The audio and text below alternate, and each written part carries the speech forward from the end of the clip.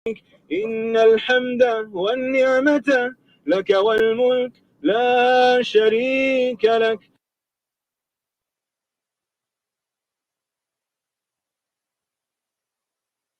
الله أكبر الله أكبر الله أكبر لا إله إلا الله.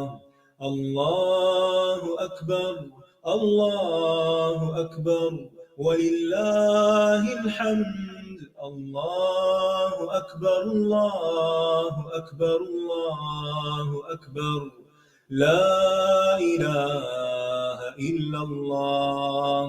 الله أكبر الله أكبر ولله الحمد.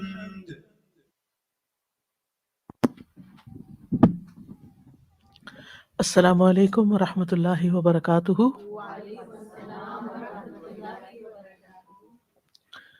نحمده ونصلي على رسوله الكريم، اما بعد فاعوذ باللہ من الشیطان الرجیم، بسم اللہ الرحمن الرحیم۔ رب اشرح لي صدری ويسر لي امری واحلل عقدۃ من لسانی یفقهوا قولی۔ حج پروگرام کے سلسلے میں آج ہم مزید کچھ احکامات کے بارے میں پڑھیں گے۔ ارشاد باری تعالیٰ ہے، جعل الله الكعبة البيت الحرام قياما للناس والشهر الحرام والهدي والقلائد، ذلك لتعلموا أن الله يعلم ما في السماوات وما في الأرض وَأَنَّ اللَّهَ بِكُلِّ شَيْءٍ عَلِيمٌ۔ اللہ نے کعبہ کو جو حرمت والا گھر ہے لوگوں کے لیے قیام کا ذریعہ بنایا ہے، اور ماہ حرام کو اور قربانی کے جانوروں کو اور پٹے والے جانوروں کو بھی، یہ اس لیے کہ تم جان لو کہ بے شک اللہ جانتا ہے جو کچھ آسمانوں میں ہے اور جو زمین میں ہے، اور بے شک اللہ ہر چیز کو خوب جاننے والا ہے۔ آیت کا مطلب یہ ہے کہ اللہ سبحانہ وتعالیٰ نے کعبہ کو جو محترم گھر ہے لوگوں کے لیے قیام کا ذریعہ بنایا ہے، یعنی اس گھر کی تعظیم کے ساتھ، اس گھر کو قبلہ بنانے کے ساتھ اور اس گھر کی زیارت کرنے کے ساتھ لوگوں کا دین اور دنیا قائم ہے۔ کعبہ کے ساتھ لوگوں کے دین کی تکمیل ہوتی ہے، ان کے بوجھ ہلکے ہوتے ہیں، انہیں بہت سے فوائد حاصل ہوتے ہیں۔ اس کعبہ کی خاطر اموال خرچ کیے جاتے ہیں، اپنے گھر بار کو چھوڑا جاتا ہے، مختلف رنگ و نسل کے لوگ وہاں پر جمع ہوتے ہیں، ایک دوسرے سے متعارف ہوتے ہیں، ایک دوسرے سے مدد لیتے ہیں، اور ان کے درمیان دینی اور دنیاوی رابطے قائم ہوتے ہیں۔ تو اللہ تعالیٰ نے اس محترم گھر کو لوگوں کی اجتماعی زندگی کے قیام کا ایک ذریعہ بنا دیا ہے، یعنی لوگوں کو اکٹھا کرنے کا، لوگوں کو ایک مرکز پر جمع کرنے کا ذریعہ بنا دیا ہے۔ بعض علماء کہتے ہیں کہ بیت اللہ کا حج کرنا ہر سال، یعنی ہر بندے کے لیے ہر سال نہیں، یعنی بیت اللہ میں حج ہونا ہر سال یہ فرض کفایہ ہے۔ اگر تمام لوگ حج چھوڑ دیں، یعنی حج کریں ہی نہ، تو تمام لوگ گناہگار ہوں گے جو حج کرنے کی قدرت رکھتے ہیں۔ اگر تمام لوگ حج چھوڑ دیں تو ان کی اجتماعی زندگی کا سہارا ختم ہو جائے گا اور قیامت قائم ہو جائے گی۔ تو جعل اللہ الکعبۃ البیت الحرام قیاما للناس، اللہ نے کعبہ کو، کعبہ کا لفظ جو ہے کعب سے ہے، مکعب کہتے ہیں ایسی چیز جس کے چاروں کونے برابر ہوں، اسکوائر جس کو بولتے ہیں، چوکور، اور اونچے اٹھے ہوئے گھر کو بھی کعب، اٹھی ہوئی چیز کو بھی کہتے ہیں، جیسے ٹخنوں کے لیے بھی یہ لفظ استعمال ہوتا ہے کہ وہ اٹھے ہوئے ہوتے ہیں۔ تو قرطبی کہتے ہیں کہ اس کو کعبہ اس لیے کہتے ہیں کہ اس کے چار کونے ہیں۔ اور ایک اور قول کے مطابق یہ اس لیے اس کو کعبہ کہا جاتا ہے کہ یہ باقی زمین کے مقابلے میں ابھرا ہوا اور نمایاں ہے، اوپر اٹھا ہوا ہے۔ یہاں کعبہ کا وصف بیت الحرام کے طور پر بیان کیا گیا ہے کہ یہ تعظیم والا گھر ہے، احترام والا گھر ہے، حرمت والا گھر ہے۔ یعنی اللہ سبحانہ تعالیٰ نے یہاں پر لوگوں کے جان، مال، عزت، آبرو، ہر چیز کو محترم رکھا ہے۔ یعنی جو اس گھر میں جاتا ہے پھر وہ امن میں آ جاتا ہے۔ اس کے علاوہ قیام للناس، یعنی لوگوں کے لیے قیام کا ذریعہ ہے، یعنی ان کی دینی اور دنیاوی مصلحتوں کو قائم کرنے کا ذریعہ ہے، جیسا کہ سورۃ الحج میں آتا ہے کہ لِيَشْهَدُوا مَنَافِعَ لَهُمْ وَيَذْكُرُوا اسْمَ اللَّهِ عَلَىٰ مَا رَزَقَهُم مِّن بَهِيمَةِ الْأَنْعَامِ۔ تو یہاں مراد کیا ہے کہ وہ اپنے بہت سے فائدوں کے لیے حاضر ہوں، وہاں جائیں اور بہت سے فائدے حاصل کریں، ان کو دیکھیں اور اللہ کا نام لیں۔ اور خاص طور پر جو لوگ مکہ میں رہتے ہیں، کعبہ دینی اعتبار سے تو ہے ہی ان کے لیے فائدے کی چیز، لیکن وہ ان کے روزگار کا ذریعہ بھی ہے، ان کے معاش کا ذریعہ بھی ہے۔ ہر سال بہت سے لوگ وہاں جاتے ہیں، اپنے اموال خرچ کرتے ہیں اور ان کے بزنسز جو ہیں وہ فلرش کرتے ہیں۔ لوگ اپنی ضروریات کی چیزیں لاتے ہیں وہاں، کچھ لوگ بیچتے بھی ہیں، لا کے کچھ خریدتے ہیں۔ تو اس طرح اہل مکہ اس تجارتی ایکٹیویٹی سے اپنا رزق حاصل کرتے ہیں۔ پھر اسی طرح لوگ وہاں امن و امان پاتے ہیں اور عبادت اور ثواب حاصل کرتے ہیں، یعنی عبادت کرنے کی جگہ ہے بہترین، اور اس کے علاوہ ثواب حاصل کرتے ہیں۔ اور ویسے بھی یہ کہ مبارک جگہ ہے، برکتوں والی۔ اور جب کعبہ نہیں رہے گا تو پھر قیامت قائم ہو جائے گی۔ قیامت کے قریب علامات قیامت کی نشانیوں میں سے ایک نشانی کیا ہے کہ جب ایک حبشی اللہ کے گھر کو گرا دے گا، کعبۃ اللہ کو گرا دے گا، تو اس کے بعد بہت جلد قیامت آ جائے گی۔ رسول اللہ صلی اللہ علیہ وسلم نے فرمایا کعبہ کو 2 پتلی پنڈلیوں والا حبشی گرائے گا، اس کی ایک ایک اینٹ کو الگ کر دے گا، تو اس کے بعد پھر قیامت آ جائے گی۔ تو کعبہ قائم ہے تو دنیا قائم ہے، کعبہ کو گرا دیا گیا تو دنیا ختم ہو جائے گی۔ کعبہ کے علاوہ اور کون سی چیز کو اللہ نے قیام کا ذریعہ بنایا؟ وَالشَّهْرَ الْحَرَامَ، حرمت والے مہینوں کو۔ وہ کون سے مہینے ہیں؟ ذوالقعدہ، ذوالحجہ، محرم اور رجب، کیونکہ ان مہینوں میں لوگوں کو امن و امان حاصل ہوتا ہے۔ ان مہینوں میں جنگ حرام کر دی گئی ہے، اور جاہلیت کے دور میں بھی ان مہینوں میں کوئی جنگ نہیں کرتا تھا۔ تو فرمایا قرآن مجید میں فَلَا تَظْلِمُوا فِيهِنَّ أَنفُسَكُمْ، ان مہینوں میں اپنی جان پر ظلم نہ کرو، یعنی جنگ و جدل روک دو۔ تو جب جنگ و جدل رکتی ہے تو زندگی امن کی وجہ سے پھلنے پھولنے لگتی ہے۔ قیام للناس ہو گیا۔ والہدیہ، اور قربانی کے جانوروں کو بھی لوگوں کے فائدے کی چیز بنایا ہے، وہ بھی زندگی قائم کرنے کا ذریعہ، غذا حاصل کرنے کا ذریعہ ہے۔ یعنی ان کے ذبح کرنے سے فائدہ تو ہوتا ہی ہے، لیکن اس کے علاوہ اور بھی بہت سے فائدے ہیں۔ ان کا گوشت کھایا جاتا ہے، ان کی ہڈیاں استعمال ہوتی ہیں، ان کی کھالوں کا کاروبار ہوتا ہے، ان سے فائدے اٹھاتے ہیں۔ تو یہ بھی لوگوں کی معیشت کو قائم کرنے کا، ان کے رزق کمانے کا ایک ذریعہ بھی ہے۔ اور یاد رکھیے کہ جو قربانی کعبہ کی طرف بھیجی جاتی ہے، یا مطلب حج کے دنوں میں کی جاتی ہے، وہ ہدی کہلاتی ہے، اور جو عید کے موقع پر کی جاتی ہے وہ اضحیہ کہلاتی ہے، اضاحی، جس سے عید الاضحیٰ ہوتا ہے۔ حاجی جو ہیں وہ عموماً ہدی کرتے ہیں، یعنی یوم النحر پہ، لیکن اگر وہ چاہیں تو اضحیہ بھی ساتھ کر سکتے ہیں۔ یعنی حج کی قربانی، حج تمتع کرنے والوں پر تو قربانی لازم ہے، نہیں کر سکتے تو روزے رکھنے ہوں گے، لیکن اگر کوئی صاحب استطاعت حج کی قربانی دینے کے علاوہ اگر وہ عید کی قربانی، یعنی عید الاضحیٰ کی جو نسبت سے قربانی کی جاتی ہے، وہ بھی کرنا چاہے تو کر سکتا ہے۔ ہدی تو وہیں ہوگی مکہ میں، لیکن اضحیہ جو ہے، باقی قربانی، وہ چاہے تو مکہ میں کرے اور چاہے تو اپنے گھر پہ کرے، یعنی پیچھے گھر والے بھی کر سکتے ہیں اس کی طرف سے۔ مکہ سے میری مراد منا اور وہ سارا علاقہ، یعنی حرم کا علاقہ۔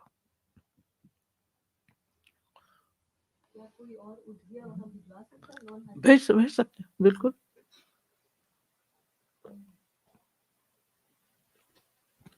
والقلائدہ، قلائدہ کا لفظ قلدہ سے ہے، قلد کہتے ہیں رسی کو بل دینا۔ قلدت الحبل کا مطلب ہے میں نے رسی بٹی، وہ بل دے دے کے بٹتے ہیں نا رسی کو۔ تو قلائد کے دو معنی ہیں۔ قلائد کا ایک معنی یہ ہے کہ حج کی علامت کے طور پر اپنے گلے میں قلادہ پہن لینا، ہار پہن لینا۔ یعنی حج کے زمانے میں جب کوئی انسان حج یا عمرہ کرتا، دور جاہلیت میں جب کوئی حج یا عمرہ کرتا، تو وہ درختوں کی چھال یا پھلوں یا کسی بھی طرح کے پھولوں وغیرہ سے ہار بنا کر ایک ایسا قلادہ تیار کرتا جس کو وہ گلے میں پہن لیتا، جو اس بات کی علامت ہوتی تھی کہ وہ حج کے لیے جا رہا ہے، وہ ایک پرامن سفر پر ہے، وہ کسی لوٹ مار کے لیے نہیں جا رہا۔ تو اس طرح ایسے شخص کو کوئی چھیڑتا نہیں تھا، اس کو راستے میں پورا امن حاصل ہوتا تھا۔ تو یہ زندگی کے قیام کا ذریعہ بن گیا۔ بعض لوگ حج کرنے نہیں بھی جا رہے ہوتے تھے، تجارتی سفر پہ جا رہے ہوتے تھے، لیکن اگر وہ ٹورڈز مکہ جا رہے ہیں تو مکہ تک وہ قلادہ پہن لیتے اور اس کے بعد آگے کا سفر پھر قلادے کے بغیر کر لیتے یا سیفٹی کے لیے۔ یہ بالکل ایسے ہی ہے جیسے آج کل لوگ آئیڈینٹی کے لیے اپنے گلے میں قلادہ لٹکاتے ہیں۔ وہ آتے ہیں، جی ہو سکتا ہے کہ وہ آتے ہوئے جو پھولوں کے ہار پہنائے جاتے ہیں کہ یہ پتہ چلے کہ یہ لوگ حج کر کے آئے ہیں۔ دوسرا معنی یہ ہے کہ اس سے مراد وہ قلادے ہیں جو جانوروں کے گلے میں ڈالے جاتے ہیں، جن پہ وہ سوار ہو کر مکہ جایا کرتے تھے، اور اسی طرح قربانی کے جانور کے گلے میں بھی ڈالتے تھے، ٹھیک، اور اس طرح وہ قربانی کے جانور کا احترام کیا کرتے تھے۔ اور اسی طرح یہ قلادے جو ہوتے تھے، یہ بعض اوقات پرانے جوتے یا مشکوں کے کان وغیرہ کاٹ کے، تو اس کے مشک نہیں ہوتی پانی کی، جی، تو اس کے کنارے کاٹ کے اس سے بنایا کرتے تھے۔ تو ایسے جانوروں کو کوئی چھیڑتا نہیں تھا، کوئی لوٹتا نہیں تھا، وہ سمجھ جاتے تھے کہ یہ حرم کی طرف جا رہے ہیں اور حج کے لیے جا رہے ہیں، یا عمرہ کے لیے لوگ جا رہے ہیں اور وہاں جا کے یہ قربانی کرنا چاہتے ہیں۔ تو اس میں آپ دیکھیں کہ بکریوں، اونٹوں اور گایوں کے گلے میں ڈالنے کے ساتھ ساتھ مزید علامت کے طور پر اونٹ کا جو کہان ہوتا تھا اس کے اندر کٹ لگاتے تھے جس سے خون نکلتا تھا، تو اس کو بھی دیکھ کر لوگ پہچان جاتے تھے کہ یہ اونٹ جو ہے یہ قربانی کے لیے یہ اونٹ جا رہے ہیں، حرم کی طرف جا رہے ہیں۔ تو اس طرح یہ تمام چیزیں ان کی زندگی کو قائم رکھنے کا ذریعہ تھی، خاص طور پر عربوں کے لیے، کیونکہ دور جاہلیت میں بہت زیادہ لوٹ مار تھی اور بدامنی تھی اور زندگی کو بچانا مشکل تھا۔ تو ان سب چیزوں کو محترم بنا کر اللہ تعالیٰ نے ان کی زندگی کو قائم رکھنے کا ذریعہ بنا دیا، یعنی وہاں زندگی قائم رہی۔ ذَلِكَ لِتَعْلَمُوا أَنَّ اللَّهَ يَعْلَمُ مَا فِي السَّمَاوَاتِ وَمَا فِي الْأَرْضِ، یہ اس لیے کہ تم جان لو کہ اللہ وہ سب کچھ جانتا ہے جو آسمانوں اور زمین میں ہے، یعنی اللہ سبحانہ و تعالیٰ ان تمام مصلحتوں سے خوب واقف ہے۔ یعنی لوگوں کو یہ پتہ ہونا چاہیے کہ جو کچھ یہ تمہیں دیا گیا یا جو کچھ تم کر رہے ہو، اللہ سبحانہ و تعالیٰ اس سے بخوبی واقف ہے، اور اللہ سبحانہ و تعالیٰ کا علم تو ہر چیز کو گھیرے ہوئے ہے۔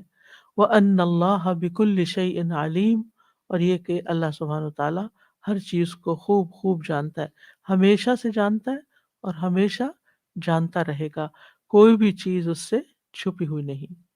تو اس آیت سے یہ پتہ چلتا ہے کہ جس گھر کی آپ زیارت کرنے کے لیے جاتے ہیں، جہاں حج ہوتا ہے، اللہ سبحانہ و تعالیٰ نے اس کو زندگی قائم رکھنے کا ذریعہ بھی بنایا۔ وہ محترم گھر تو ہے ہی، مبارک گھر تو ہے ہی، لیکن اس کے ساتھ ساتھ زندگی کے قیام کا ذریعہ بھی ہے۔ دینی اور دنیاوی مصلحتوں کو کیا بھی ہے۔ پھر ہر حرمت والے مہینوں کی عظمت کا بیان بھی ہے کہ جن مہینوں میں حج ہوتا تھا اور عمرہ ہوتا تھا ان مہینوں کو خاص طور پر حرمت والا بنا دیا گیا۔ پھر قربانی کے جانوروں کی عظمت کا بیان بھی ہے، تو اس سے یہ پتہ چلتا ہے کہ کوئی انسان ہو یا جانور ہو یا کوئی بھی چیز جو اس حج سے متعلق ہے اور اللہ کے گھر سے متعلق ہے وہ سب محترم ہے، اور اللہ سبحانہ وتعالیٰ نے ان کو ایک خاص مقام دیا ہے۔ اور اس سے یہ بھی پتہ چلتا ہے کہ گلے میں ہار ڈالنا جو ہے، یا چاہے اپنے میں ڈالا جائے یا پھر جانور کے گلے میں ڈالا جائے، اس کی مشروعیت ہے، یعنی اس کی اجازت ہے، اس میں کوئی ممانعت کی بات نہیں ہے۔ اور پھر آپ دیکھیں کہ اللہ سبحانہ تعالیٰ نے یہ بات بھی سائے سے پتہ چلتی ہے کہ اللہ سبحانہ تعالیٰ نے یہ جتنی چیزیں مقرر کی ہیں یہ سب اس کے علم اور حکمت پر مبنی ہے۔ ایسا نہیں کہ اللہ تعالیٰ کو پتہ نہیں اور لوگوں نے خود سے خود ایجاد کرنی ہے۔ اگر ان چیزوں کی عظمت اور حرمت قائم ہے تو یہ اللہ کی اجازت سے قائم ہے اور ایسا کیا جا سکتا ہے۔ اب ہم حج کے متعلق کچھ اور احکامات کے بارے میں پڑھیں گے۔ سفر حج سے قبل کچھ ضروری امور۔ سب سے پہلے یعنی حج کا سفر ابھی شروع نہیں کیا، آپ تیاری کر رہے ہیں تو کن کن چیزوں کا لحاظ رکھنا چاہیے؟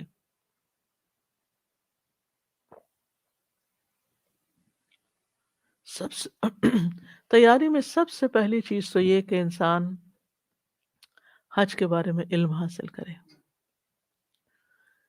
یہ کب شروع ہوا، کیوں شروع ہوا، اس کے فرائض کیا ہیں، اس کے واجبات کیا ہیں، سنتیں کیا ہیں،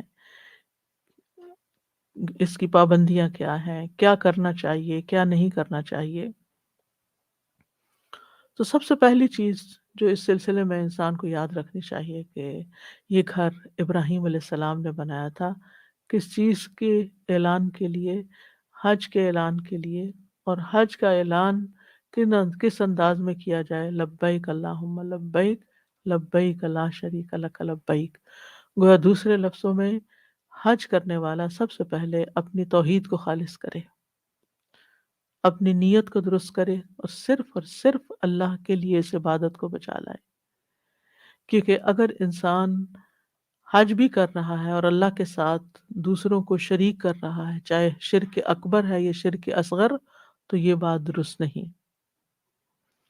ابن قیم توحید کی تعریف بیان کرتے ہوئے کہتے ہیں کہ توحید صرف بندے کے اس اقرار کو نہیں کہتے کہ اللہ کے سوا کوئی خالق نہیں، اور یہ کہ اللہ ہر چیز کا رب اور اس کا بادشاہ ہے، جیسا کہ بتوں کو پوجنے والے اس کا اقرار کرتے ہیں لیکن وہ مشرک ہیں، اللہ کو مانتے ہیں اور اس کے ساتھ بتوں کو بھی مانتے ہیں۔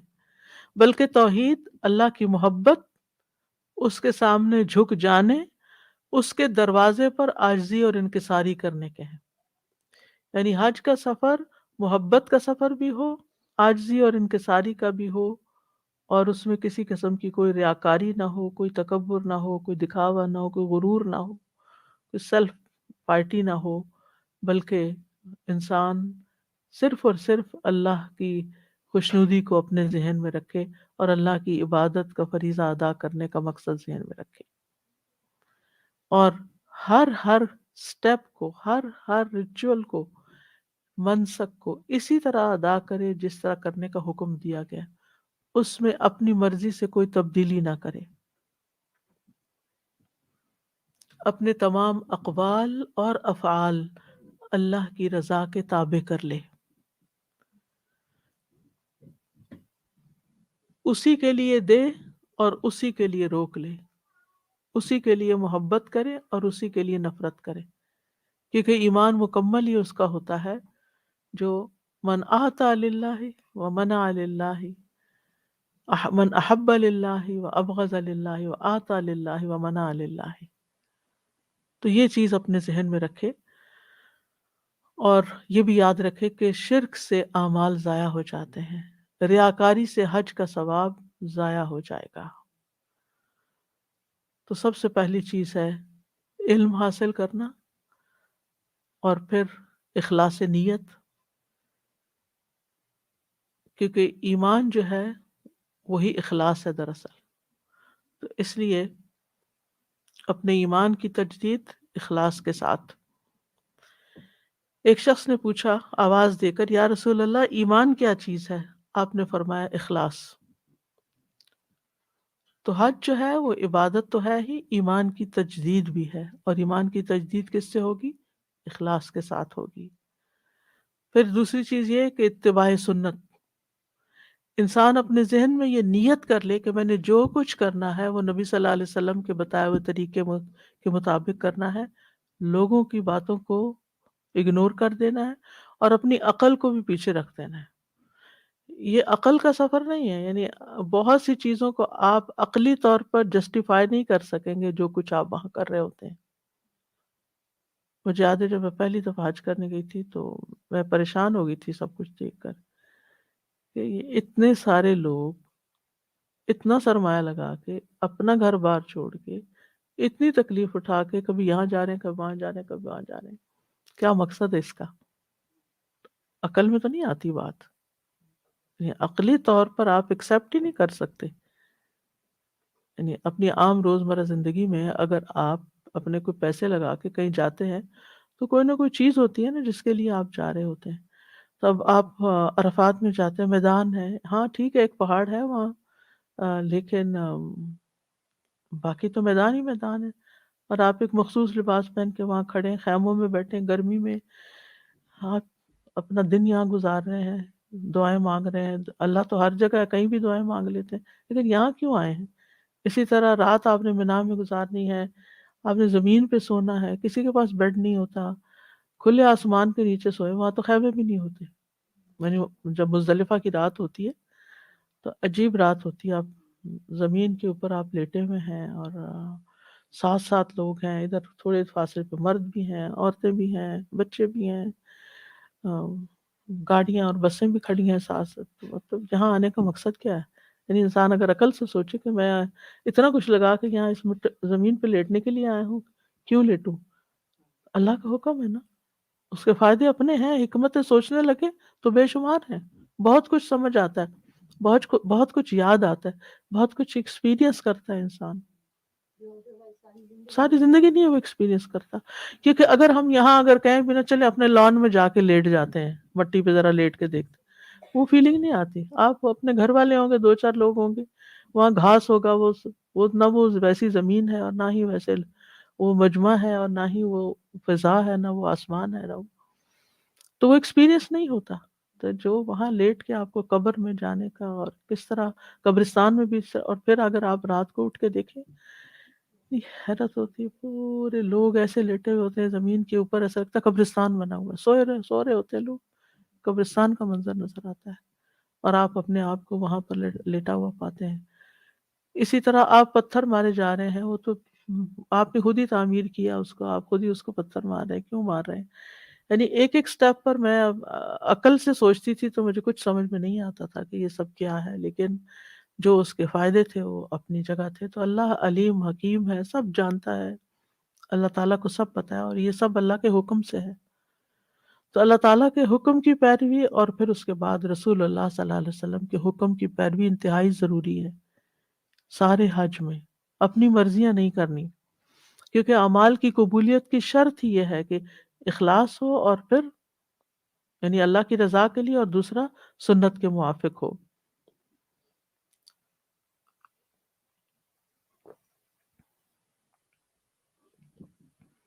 اور یہ سبق انسان یاد رکھے، قل ان صلاتی و نسکی و محیای و مماتی للہ رب العالمین، کہہ دیجئے میری نماز اور میری قربانی اور میرا جینا اور میرا مرنا سب اللہ کے لیے ہے جو تمام جہانوں کا رب ہے۔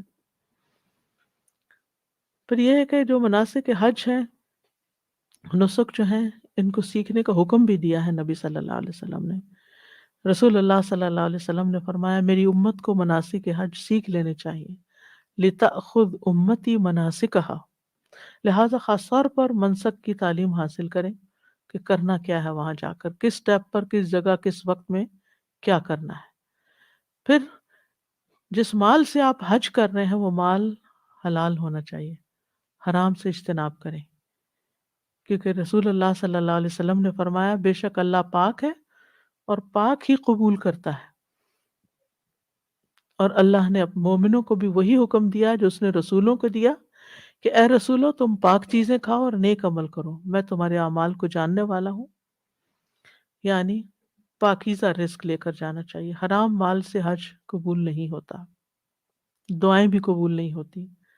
آپ صلی اللہ علیہ وسلم نے ایک ایسے آدمی کا ذکر فرمایا جو لمبا سفر کرتا ہے، پریشان حال ہے، گرد آلود جسم ہے، اپنے ہاتھوں کو آسمان کی طرف دراز کر کے کہتا ہے اے میرے رب، اے میرے رب، حالانکہ اس کا کھانا حرام، اس کا پہننا حرام، اس کا لباس حرام، اس کی غذا حرام، تو اس کی دعا کیسے قبول ہو؟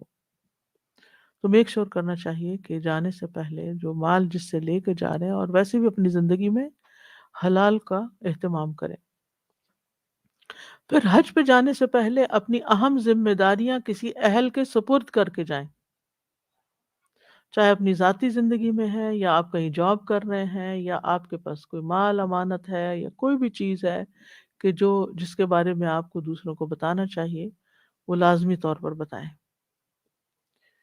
ابو ہریرہ کہتے ہیں کہ بعض اوقات مروان ابو ہریرہ کو اپنے پیچھے نماز پڑھانے کے لیے چھوڑ جاتا تھا۔ جب وہ حج یا عمرے کے لیے جاتا تو ابو ہریرہ لوگوں کو نماز پڑھاتے تھے۔ مروان مدینہ کا گورنر تھا نا، تو وہ اپنے پیچھے پہ نماز پڑھانے کے لیے اپوائنٹ کر کے جاتا تھا کہ کون نماز پڑھائے گا۔ اسی طرح اگر آپ کے ذمے کسی کی کوئی امانت یا حق ہے تو اس کو ادا کر کے جائیں، کوئی قرضہ ہے تو اس کو چکا کر جائیں۔ سورۃ النساء میں آتا ہے ان اللہ یأمرکم ان تؤدوا الامانات الی اہلھا، بے شک اللہ تمہیں حکم دیتا ہے کہ تم امانتیں ان کے حقداروں کو ادا کر دو۔ اگر وہ وقتی طور پر نہیں لے سکتے تو کسی اور کے ذمے کر کے جاؤ اور جس کی امانت ہے اس کو بتا کے جاؤ۔ پھر یہ کہ حج سے متعلق استخارہ کرنا چاہیے جانے سے پہلے، اور اس میں سواری کے بارے میں کون سی ایئر لائن ہو، کون سا پیکج ہو، کس گروپ میں جائیں اور کس راستے سے جائیں، کون سا روٹ لیں، یہ ساری چیزیں استخارے سے تعلق رکھتی ہیں، ان کے بارے میں استخارہ کرنا چاہیے۔ اور استخارے کا طریقہ کیا ہے کہ 2 رکعت نماز پڑھیں اور پھر دعائے استخارہ پڑھیں اور پھر دعا کریں۔ پھر اسی طرح یہ ہے کہ صلاۃ التوبہ پڑھ لیں، گناہوں سے خاص توبہ کریں، کیونکہ گناہ جو ہوتے ہیں وہ رکاوٹ بن جاتے ہیں انسان کے نیک اعمال میں۔ تو حج کا سفر ایک عبادت ہے، تو یعنی خاص طور پر توبہ استغفار کر کے جانا چاہیے تاکہ ہمارے اس سفر میں کوئی رکاوٹ نہ آئے۔ پھر اسی طرح وصیت لکھیں اپنے مال اولاد کے بارے میں، کیونکہ انسان کو نہیں پتا وما تدری نفس بأی ارض تموت، انسان نہیں جانتا وہ کس زمین پہ مر جائے گا، ہمیں نہیں پتا کہ ہم جا رہے ہیں تو واپس آئیں گے یا نہیں، لہٰذا اپنے مال اسباب اور اپنی ضروری چیزوں کے بارے میں وصیت پیچھے والوں کو لکھ کر دینی چاہیے۔ رسول اللہ صلی اللہ علیہ وسلم نے فرمایا جو مسلمان شخص اپنے حق میں سے کسی چیز کی وصیت کرنا چاہتا ہے وہ 2 راتیں بھی نہ گزارے الا یہ کہ اس کے پاس وصیت لکھی ہوئی موجود ہو۔ اور وصیت میں صرف مال اسباب کے بارے میں نہیں وصیت ہونی چاہیے بلکہ تقوی کی وصیت بھی ہونی چاہیے۔ قرآن مجید میں آتا ہے وَلَقَدْ وَصَّيْنَا الَّذِينَ أُوتُوا الْكِتَابَ مِنْ قَبْلِكُمْ وَإِيَّاكُمْ أَنِ اتَّقُوا اللَّهَ، بلا شبہ ہم نے ان لوگوں کو جنہیں تم سے پہلے کتاب دی گئی اور تمہیں بھی تاکیدی حکم دیا کہ اللہ کا تقوی اختیار کرو۔ تو اللہ سے ڈرنے کی، عبادت پر قائم رہنے کی وصیت کرنی چاہیے اپنے بچوں کو۔ ما تعبدون من بعدی، میرے بعد تم کس کی عبادت کرو گے، کیا طریقہ زندگی اختیار کرو گی۔ پھر اسی طرح اگر مقروض ہیں تو پہلے قرض ادا کریں۔ نبی صلی اللہ علیہ وسلم نے فرمایا، مسند احمد کی روایت ہے، مومن کی جان اس وقت تک لٹکتی رہتی ہے جب تک اس پر قرض موجود ہو۔ اور ایک اور روایت میں آتا ہے صحیح مسلم کی کہ شہید سے سوائے قرض کے سب گناہ بخش دیے جاتے ہیں۔ تو اس لیے قرض کی ادائیگی کا اہتمام ضروری ہے۔ اگر کسی وجہ سے فوری طور پر ادا نہیں کر سکے، جلدی تھی یا کوئی مجبوری تھی، تو کسی کے ذمے لگا کے جائے، بچے کے ذمے، اپنے بچے کے ذمے یا بہن بھائی کے ذمے کہ فلاں کا میرے پر قرض ہے، تم اگر مجھے کچھ ہو جاتا ہے تو یہ قرض ادا کر دینا۔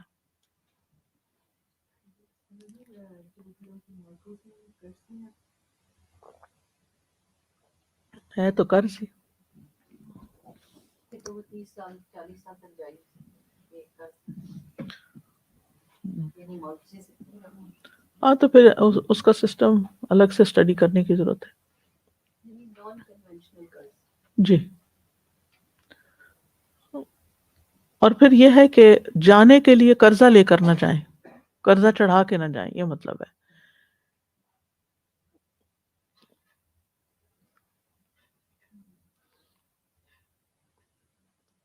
نبی صلی اللہ علیہ وسلم کے صحابی عبداللہ بن ابی اوفا سے سوال کیا گیا کہ ایک شخص نے حج نہیں کیا، کیا وہ حج کے لیے قرض لے سکتا ہے؟ انہوں نے کہا نہیں، یعنی یہ فریضہ اس کے اوپر ہے جس کی استطاعت ہو.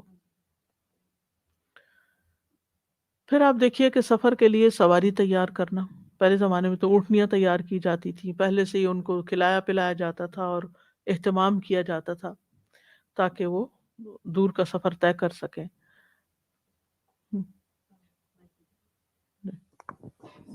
سازی مجھے خیال آ رہا تھا کہ جیسے کریڈٹ کارڈز پہ آج کل ایئر لائن کی بکنگ یا جو اگر حج پیکیجز وغیرہ بھی ہیں تو آپ اس پہ ٹرانزیکشن کر لیں لیکن ساتھ ہی رائٹ اوے پے کر دیں تاکہ اس کا وہ ڈیو نہ ہو بیفور یو ڈپارٹ.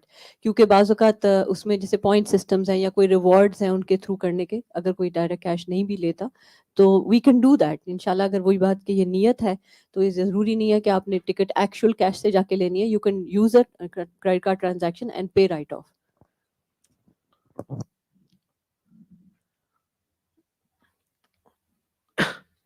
تو سفر کے لیے سواری کی تیاری.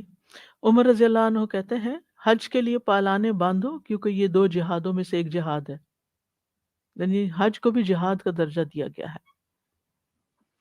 اور پھر آپ دیکھیں کہ ان سواریوں کی فکر کرنا اور اس کے بارے میں خوب دیکھ بھال کر لینا کہ یہ سفر کے قابل ہیں یا نہیں. پھر زاد راہ اختیار کرنا، ضروری سامان سفر لے کر جانا لیکن سامان مختصر لے کے جانا کیونکہ خود ہی اٹھانا ہوتا ہے اور پھر کوئی اور آپ کو ایسا نہیں ملتا کیونکہ ہر ایک نے اپنا اٹھانا ہے تو وہ پھر آپ کا تھوڑی ساتھ اٹھا سکتا ہے. تو اس لیے اتنا ہی اٹھا کے لے جائیں جو آپ خود اٹھا سکتے ہو. خصوصاً ہینڈ بیگز وغیرہ یا جو ہینڈ لگیج ہے اس میں بھی احتیاط کرنی چاہیے. اور پھر یہ ہے کہ سامان میں ضرورت کا سامان تو ہو لیکن اتنا کم بھی نہ ہو کہ آپ ہر چیز دوسروں سے مانگنا شروع کر دیں. پھر اپنی دوائیاں وغیرہ اگر آپ کچھ لیتے ہیں تو ان کو بھی آپ رکھ لیں. اور اسی طرح اگر کوئی مخصوص قسم کی غذا آپ کو چاہیے تو اپنی مرضی سے وہ بھی لے جا سکتے ہیں. انس رضی اللہ عنہ نے ایک اونٹ پر حج کیا اور آپ بخیل نہیں تھے، یعنی ایک ہی اونٹ پر اپنا سامان بھی رکھا اور حج خود بھی بیٹھے. کتنا سا ہوتا ہے اونٹ اگر آپ دیکھیں. اور انس رضی اللہ عنہ کہتے ہیں کہ رسول اللہ صلی اللہ علیہ وسلم نے بھی ایک اونٹ پر حج کیا اور یہ اونٹ آپ کا سامان اٹھانے والا تھا، یعنی سامان اور آپ اسی پر تھے. تو سواری اور سامان میں سادگی ہونی چاہیے. پھر اسی طرح لباس اور کھانے میں بھی سادگی. ایک شخص نے رسول اللہ صلی اللہ علیہ وسلم سے سوال کیا کہ حاجی کی کیفیت کیا ہے، حاجی کیسا ہوتا ہے؟ آپ نے فرمایا پراگندہ بالوں والا اور غبار آلود کپڑوں والا. یعنی اگر حج کے موقع پر آپ کے کپڑے میلے ہو گئے ہیں یا آپ کو نہانے کی جگہ نہیں مل رہی، یا خاص طور پر جو وہ 5 دن ہوتے ہیں حج کے، 8 تاریخ سے لے کر 12 تاریخ تک یا 13 تاریخ تک 5 بن جاتے ہیں، یہ سب کے اوپر ہی کافی بھاری گزرتے ہیں کیونکہ ہر کوئی ہوٹلوں میں واپس آ کے نہا نہیں سکتا اور وہاں پر بھی اتنی جگہ نہیں ہوتی کہ آپ پراپر طریقے سے نہا کے یا پراپر کپڑے استری کریں یا تو کسی. اور پھر جب آپ کنکریاں مارنے کے لیے جاتے ہیں تو آپ کو پیدل جانا پڑتا ہے، بیچ میں گاڑیاں نہیں چل رہی ہوتی، پسینہ آتا ہے، آندھی چلے تو مٹی بھی آپ کے اوپر آئے گی، بارش آ جائے تو پانی سے بھیگ جائیں گے تو حال تو خراب ہوتا ہی ہے. اسی طرح راستے میں بعض اوقات لوگ گندگی پھینک دیتے ہیں، وہ آپ کے کپڑوں کو لگ جاتی ہے، کیچڑ ہوتا ہے کہیں، وہ چینٹے پڑ جاتے ہیں. تو اٹس اوکے، کوئی فرق نہیں پڑتا. یعنی آپ یہ نہ کہیں کہ ہم اچھی طرح صاف نہیں ہیں، پاک نہیں ہیں، ہم گندے لگ رہے ہیں. دس از پارٹ آف حج. پھر ایک دوسرا شخص کھڑا ہوا، اس نے عرض کیا یا رسول اللہ کون سا حج سب سے افضل ہے؟ آپ نے فرمایا جس میں بلند آواز سے تلبیہ پکارا گیا ہو اور قربانی کے جانور کا خون بہایا گیا ہو. اس کے بعد ایک اور شخص کھڑا ہوا اور اس نے عرض کیا یا رسول اللہ سبیل کیا ہے؟ مس سبیلو، آپ نے فرمایا زادرہ اور سواری. پھر اسی طرح جمعرات کے دن سفر کے لیے نکلنا زیادہ پسندیدہ ہے. کعب کہتے ہیں کم ہی ایسا ہوتا کہ رسول اللہ صلی اللہ علیہ وسلم کسی سفر میں جمعرات کے سوا کسی اور دن نکلیں، یعنی وہ نکلنے کے لیے جمعرات کا دن ہی پسند کرتے تھے. جی ہاں، ہر قسم کے سفر کے لیے.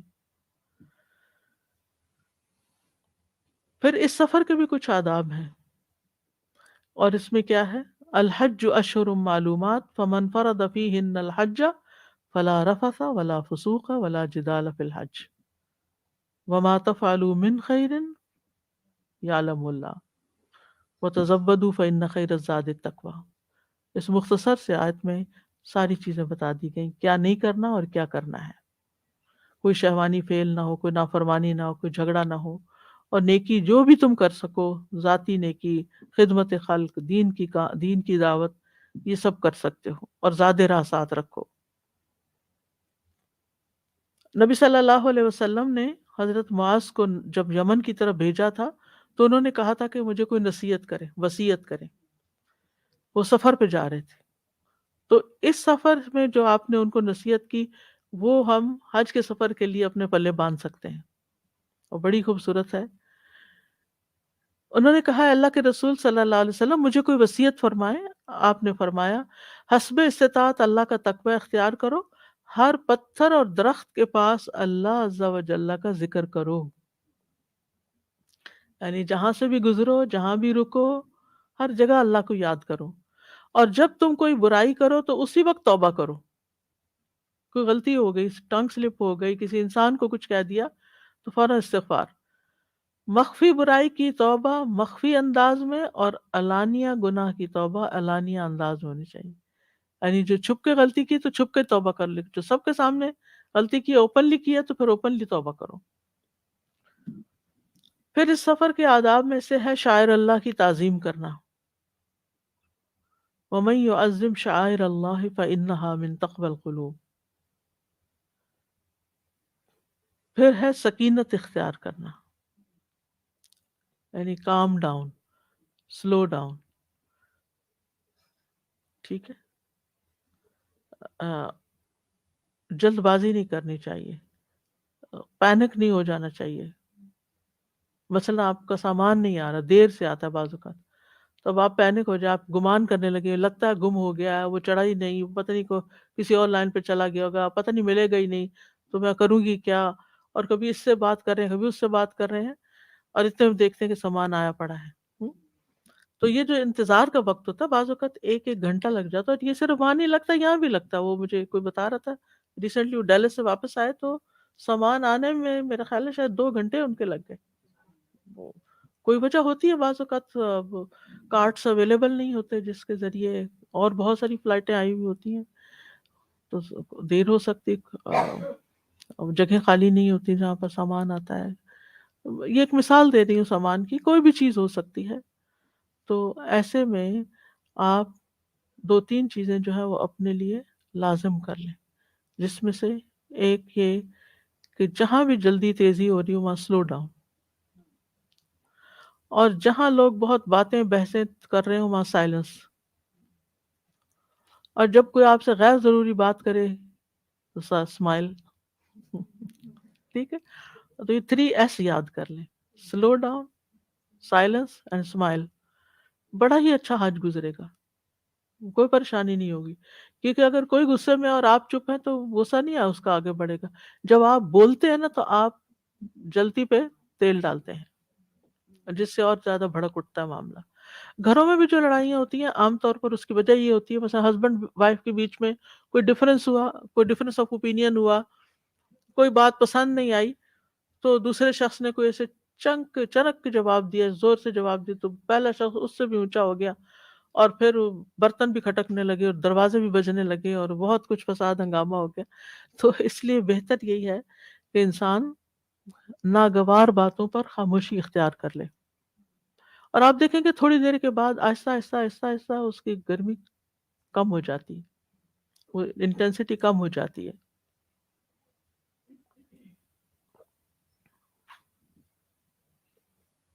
تو ہر جگہ آپ نے سکون کو مینٹین رکھنا ہے، چلنے میں آہستگی، کیونکہ آپ دھکا نہیں دیں گے اگر آپ آہستہ چل رہے ہیں، کیونکہ بہت سے لوگ دھکا دے دیتے ہیں، پش کرتے ہیں، اس سے دوسروں کو تکلیف پہنچتی ہے. تو آپ نے ولا فسوق ولا جدال فی الحج کرنا ہی نہیں. تو ایسی صورت میں پھر آپ خود سلو ہوں گے. اگر آپ کے طواف کو 2 کی بجائے 3 گھنٹے لگ گئے تو کیا ہوگا؟ 2 کی بجائے 3 گھنٹے کا ثواب ہے. اگر آپ کو چھوٹے راؤنڈ کی بجائے بڑا راؤنڈ ملا، نیچے جگہ نہیں ملی، وہ کہتے ہیں اوپر جاؤ، اوپر چلے گئے، تو لڑائی کرنے کی کیا ضرورت ہے ان سے؟ جو وہاں شرطا کھڑے ہوتے ہیں، پولیس والے کھڑے ہوتے ہیں، کچھ لوگ ان سے ایسی ایسی لڑائی کرتے ہیں اور پھر زبردستی اندر جانے کی کوشش کرتے ہیں. آپ کہیں کہ مجھے موقع مل گیا زیادہ قدم اٹھانے کا، مثلاً آپ ویل چیئر پہ ہیں اور وہ تیز نہیں چلا رہا تھا، خوش ہو زیادہ وقت مل گیا دعائیں کرنے کا. آپ اسکوٹی پہ بیٹھے ہوئے، وہ تیز نہیں چل رہی، خوش ہو کہ آہستہ آہستہ کریں گے، انجوائے کریں گے، دعائیں مانگیں گے، ذکر کریں گے. پینک کیوں ہو رہے ہیں ہر تھوڑی دیر کے بعد؟ یہ سلو ہے، یہ سلو ہے، یہ دھکا ہے، دیکھو فلاں کیا کر رہا ہے. آپ عبادت کے لیے آئے، آپ کا تقویٰ کہاں ہے؟ آپ اللہ کی طرف رجوع کریں، نہ کہ صرف چیزوں کو دیکھتے رہیں، لوگوں کو دیکھتے رہیں اور تبصرے کرتے رہیں. یہ حج نہیں ہے، یہ تعظیم نہیں ہے شاعر اللہ کی. جس جگہ آپ کھڑے نا، اس جگہ کی حرمت کو دیکھیں، کہاں کھڑے ہو کے کیا بات کر رہے ہیں. جو لوگ وہاں کھڑے ہیں نا ڈیوٹی پہ، ان کی بھی ایک حرمت ہے، ان کا بھی ایک مقام ہے، ان کو بھی عزت دیں. وہ اللہ کے گھر کی پاسداری کر رہے ہیں اس وقت، وہ ایک خاص ڈیوٹی پر ہیں، آپ ان کے پیچھے پڑ جاتے ہیں اور بعض اوقات ان کی بات نہیں سنتے. وہ اگر آپ کو کہیں سے اٹھاتے ہیں تو اٹھ جائیں. وہ انہیں پتا ہے کہ یہ بیٹھنے کی جگہ ہے یا نہیں، ریڑھ بن کے نہیں بیٹھے. اور بعض اوقات وہ ایک دفعہ اٹھاتے ہیں، تھوڑی دیر وہ گھوم کے پھر لوگ آ کے بیٹھ جاتے ہیں، ایک نہیں سنتے. تو اب آپ اپنے آپ کو یرحم کر لیں، آپ اپنے آپ کو رکھ کے دیکھیں وہاں. اگر آپ ڈیوٹی پر ہوں، لوگ آپ کے ساتھ یہ کر رہے ہیں، تو آپ کا پیشنس کیا ہوگا؟ اور پھر میں بعض اوقات حیران ہوتی، میں دیکھتی رہتی تھی کہ وہ ایک کو کہتے باجی فلاں یہ نہ کرو، یہ نہ کرو، اچھا وہ گزر گیا، وہ کسی طرح ٹلا، اگلا ایک اور آ گیا، اسی جگہ ایک اور آ گیا. اب وہی باجی اس کے ساتھ باجی باجی ہو رہا ہے، اس کو کسی طرح ٹلایا، پھر ایک اور آ گیا. کہتی تھی یا اللہ، ان کا سارا دن یہی کام ہے، کتنا مشکل کام ہے. تو جانے والوں کو کوآپریٹ کرنا چاہیے، ان کو بات سن لینی چاہیے، مان لینی چاہیے. نبی صلی اللہ علیہ وسلم نے عرفہ کے دن فرمایا، اے لوگو اپنے اوپر سکون لازم کر لو، اونٹوں کو تیز دوڑانا کوئی نیکی نہیں. اونٹوں کو تیز دوڑانا کوئی نیکی نہیں. اگر آپ تیز چلا رہے ہیں کوئی چیز، تو آپ کوئی بڑی نیکی نہیں کر رہے. پھر اسی طرح صبر کرنا، کیونکہ انسان بعض اوقات نئے لوگوں کے ساتھ جاتا ہے جن کے ساتھ کبھی زندگی میں رہنے کا موقع نہیں ملتی، عادات اخلاق مختلف ہوتا ہے، تو پھر ان کے ساتھ نبھا مشکل ہوتا ہے. آپ سوچیں صرف چند دن کے لیے، کون سا میں نے ساری زندگی ان کے ساتھ رہنا ہے. اور بعض لوگوں کے ساتھ ساری زندگی بھی رہنا پڑے تو بھی انسان کو صبر کرنا پڑتا ہے. صبر سے ہی زندگی گاڑی چلتی ہے، ورنہ تو پھر انسان ساتھ نہیں چل سکتا، الگ ہو جاتا ہے. تو پھر نبی صلی اللہ علیہ وسلم نے فرمایا، وہ مومن جو لوگوں سے ملتا جلتا ہے اور ان کی طرف سے آنے والی تکالیف پر صبر کرتا ہے، وہ اس مومن سے اجر و ثواب میں کہیں زیادہ ہے جو لوگوں سے میل جول نہیں رکھتا، نہ ہی ان کی تکلیفوں پہ صبر کرتا ہے. کچھ لوگ صرف اس لیے کسی سے نہیں ملتے جلتے کہ ہم ان کی باتیں نہیں برداشت کر سکتے. پھر اسی طرح یہ ہے کہ جس طرح کا بھی کھانا میسر ہو اس پہ شکر ادا کرنا چاہیے.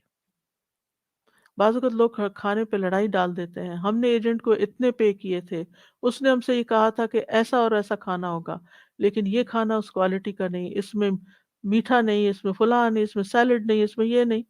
کیونکہ یہ سب چیزیں میں اپنی آنکھوں سے دیکھ چکی ہوں، اس طرح کی لڑائیاں، یعنی نہ ختم ہونے والی لڑائی میں نام ہے. اور پھر یہ کہ کس کس کو کال کر رہے ہیں اور کس کس سے شکایت کر رہے ہیں اور کس کس پہ غصہ کر رہے ہیں. تو میں سوچتی تھی کہ ہم آئے کس لیے؟ چلیں اگر آپ کے پیسے چلے گئے، وہ کسی کی جیب میں ہی چلے گئے، آپ نے تو اللہ کے راستے میں دیے تھے، آپ کا تو اجر لکھا گیا. اگر آپ کو آپ کا پورا حق نہیں مل رہا تو اللہ تعالیٰ تو آپ کا حق نہیں مارے گا، وہ تو آپ کو دے دے گا. بعض اوقات ایسا ہوتا ہے کہ باوجود پوری کوشش کے ٹریفک اس طرح بلاک ہوتی ہے کہ وقت پہ کھانا پہنچتا ہی نہیں. آپ کو بھوکا بھی رہنا پڑتا ہے، آپ کھجور بسکٹ پہ بھی گزارا کر سکتے ہیں، اور وہ زیادہ اچھا رہتا ہے کہ تھوڑا سا انسان نے کھایا اور باقی وقت عبادت میں لگا رہا۔ جتنا زیادہ آپ کھانے پہ توجہ کریں گے اتنا ہی زیادہ پھر آپ کے اندر سستی آئے گی، پھر اور کئی مسائل کھڑے ہوں گے۔ تو شکر ادا کرنا چاہیے جو بھی مل جائے۔ رسول اللہ صلی اللہ علیہ وسلم نے فرمایا، بے شک اللہ اس بندے سے راضی ہوتا ہے جو ایک لقمہ بھی کھائے تو اس پر اللہ کا شکر ادا کرے، یا مشروب کا ایک گھونٹ بھی پیے تو اس پر اللہ کا شکر ادا کرے۔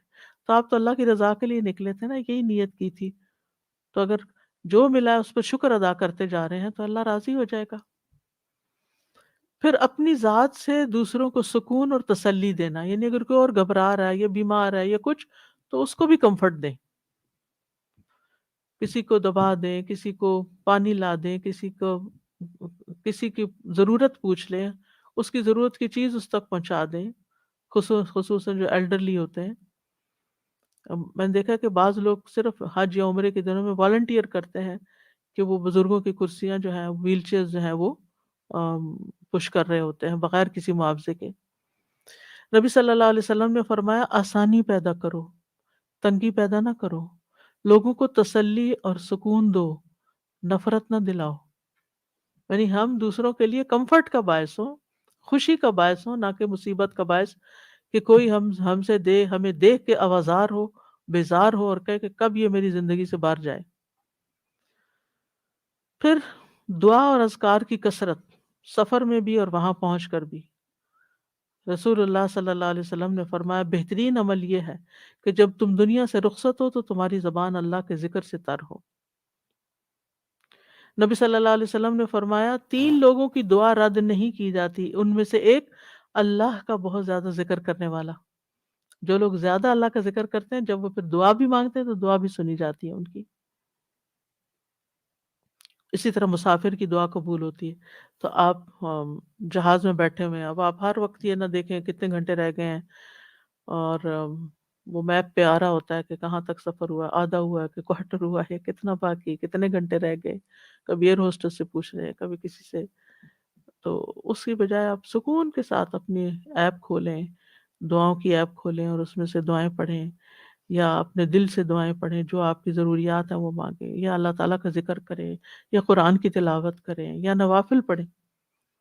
ابھی رمضان میں جب مجھے عمرے پہ جانے کا اتفاق ہوا تو یہاں سے جب جہاز چلا تو تھوڑی دیر کے بعد رات ہو گئی، تو مجھے یہ تھا کہ ویسے تو ہم تراویح میں اپنا سپارہ پڑھ لیتے تھے، اور میں سکون کے ساتھ اپنا پورا جو جتنا روز پڑھا جاتا تھا اتنا نوافل میں پڑھ لیا، بیٹھے بیٹھے اپنی کرسی پر بھی نفل پڑھے، اور اب تو موبائل سے قرآن پڑھنے کی بہت سہولت ہو گئی، اور وہ آرام آرام سے پڑھیں، انجوائے کر کے پڑھیں، وقت اتنا خوبصورت گزر جاتا ہے کہ پتہ ہی نہیں چلتا، اور دل میں ایک ایسی سکینت آتی ہے کہ آپ کسی کام میں مصروف ہیں۔ اور پھر جب آپ فَإِذَا فَرَغْتَ فَانصَبْ وَإِلَىٰ رَبِّكَ فَارْغَب، جب آپ ایک کام سے فارغ ہوں تو پھر دوسرے میں لگ جائیں، دوسرے سے ذکر سے فارغ ہو تو قرآن پڑھ لیں، قرآن سے فارغ، آپ کی آنکھیں تھوڑی تھک گئی ہیں، آپ تھوڑے سے نیند میں آ گئے ہیں، تو اس کو بند کر کے تھوڑی دیر کے لیے بیٹھے بیٹھے آنکھیں بند کر کے ریلیکس کر لیں، آپ کا نیند جو ہے وہ بھی ایک عبادت بن جائے گی۔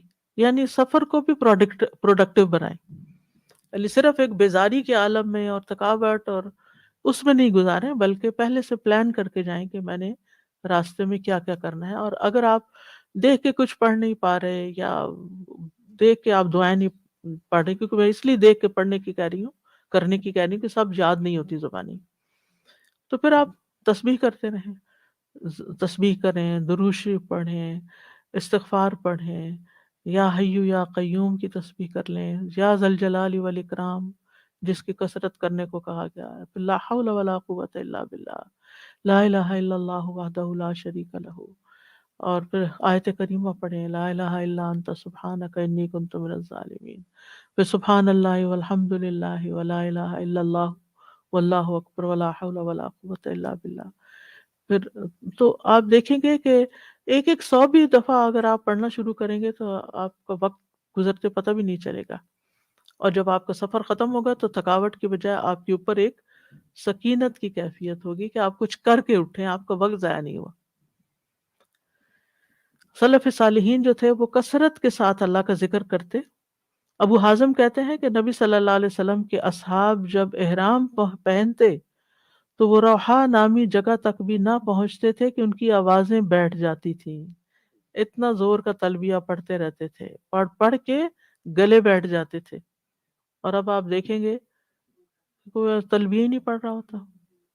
چلو ان ملکوں سے جانے میں تو یہ ہے کہ سارے مسلمان نہیں ہوتے جہاز میں، لیکن جو حج فلائٹس ہوتی ہیں ان پر بھی مجھے سفر کرنے کا اتفاق ہوا ہے. کوئی ایسی ہوتی ہے کہ جس میں کوئی اللہ کا ایسا بندہ بیٹھا ہو کہ جو شروع کر لے تو پیچھے دوسرے بولے. مجھے پہلا عمرہ جو کرنے کا اتفاق ہوا تھا وہ جارڈن سے تھا. تو جارڈن سے ہم لوگ مکہ کی طرف جدہ کی طرف گئے تھے. وہ جہاز مجھے یاد ہے کہ جس میں تلبیہ بھی تھا، جس میں اذکار تھے، جس میں اذان تھی، بہت ہی بھرپور قسم. لیکن اس کے علاوہ عام طور پر کم ہی دیکھنے کو ملتا ہے کہ کوئی اس کا اہتمام کرے. بلکہ افسوس کے ساتھ کہنا پڑتا ہے کہ لوگ انٹرٹینمنٹ کے لیے اسکرینز پہ کچھ نہ کچھ لگا لیتے ہیں اور دیکھنا شروع، یعنی وقت کاٹنے کے لیے موویاں دیکھنا شروع کر دیتے ہیں.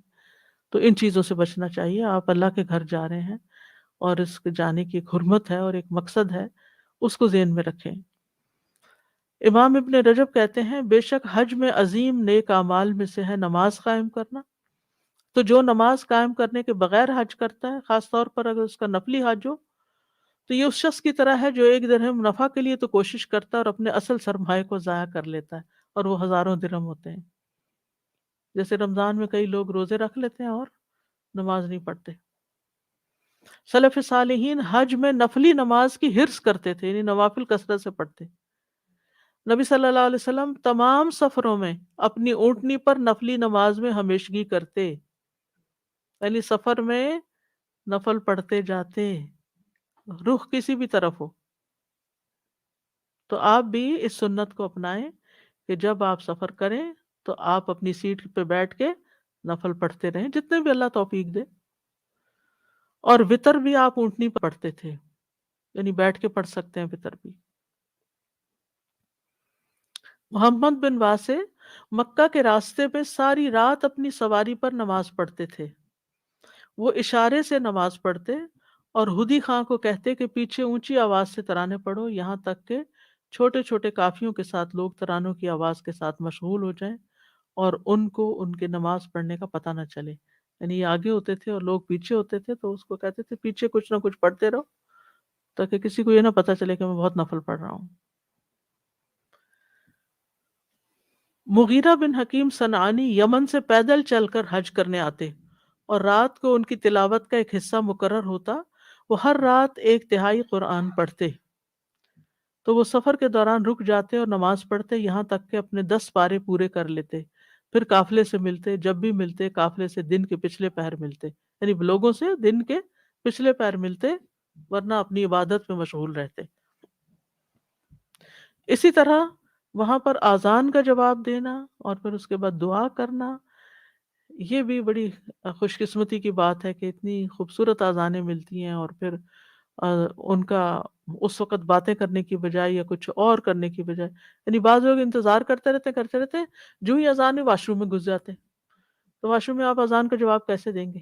یا تو آپ وضو اس سے پہلے کر کے رکھ لیں، یا پھر یہ ہے کہ اذان کا جواب دے کے وضو کریں، لیکن اس کے بعد پھر آپ کو پہلی رکعت مشکل سے ملے گی. یعنی آپ ان چیزوں کا پہلے سے اہتمام کریں، وقت کا پہلے سے اوقات دیکھ لیں. اب تو الحمدللہ موبائل کے اندر سارے اوقات پتہ چل جاتے ہیں کہ کتنی دیر میں ظہر شروع ہونے والی ہے، کتنے میں عصر شروع ہوگی، اور اس کے مطابق آپ پہلے سے ہی تیاری کر کے رکھیں. یہاں ایک اہم بات یاد رکھیے کہ کچھ اوقات ایسے ہوتے ہیں جن میں وہی کام کرنا زیادہ افضل ہے جو اس وقت کا تقاضا ہے یا اس جگہ کا تقاضا ہے. لوگ اس چیز کا لحاظ نہیں رکھتے.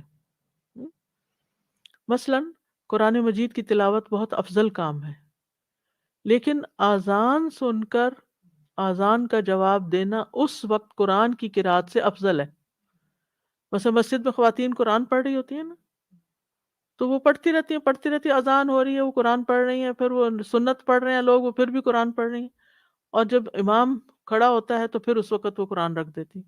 ٹھیک ہے، آپ نے مقرر کیا ہوا تھا کہ سپارہ پورا کرنا ہے، بھائی بعد میں کر لیں، لیکن اس وقت آذان کا جواب دے کے دعائیں کرنا دعاؤں کی قبولیت کا وقت ہے، اور نماز شروع کرنے سے پہلے دو رکعت پڑھنا جو ہے وہ زیادہ بہتر ہے بنسبت اس کے کہ آپ اس وقت اب قرآن پڑھتے رہیں۔ قرآن پڑھنا جو ہے وہ کسی وقت کے لیے مقید نہیں ہے، لیکن آذان کا تو ایک خاص وقت ہے اور اس کے بعد وہ ختم ہو جائے گا۔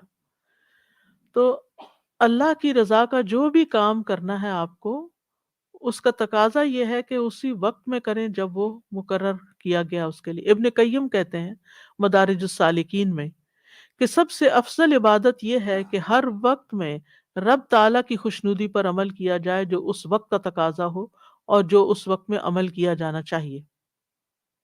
وہ کہتے ہیں جہاد کے وقت سب سے افضل عمل جہاد ہے، یعنی جب امام بلائے سب کو جہاد، یعنی فرض جہاد ہے مثلا، تو سب لوگ اگر نکل رہے ہیں تو اس وقت آپ کہیں کہ میں ذرا نفل پڑھ لیتا ہوں کوئی گھر بیٹھ کے، تو نہیں، اب آپ کا نکلنا زیادہ افضل ہے،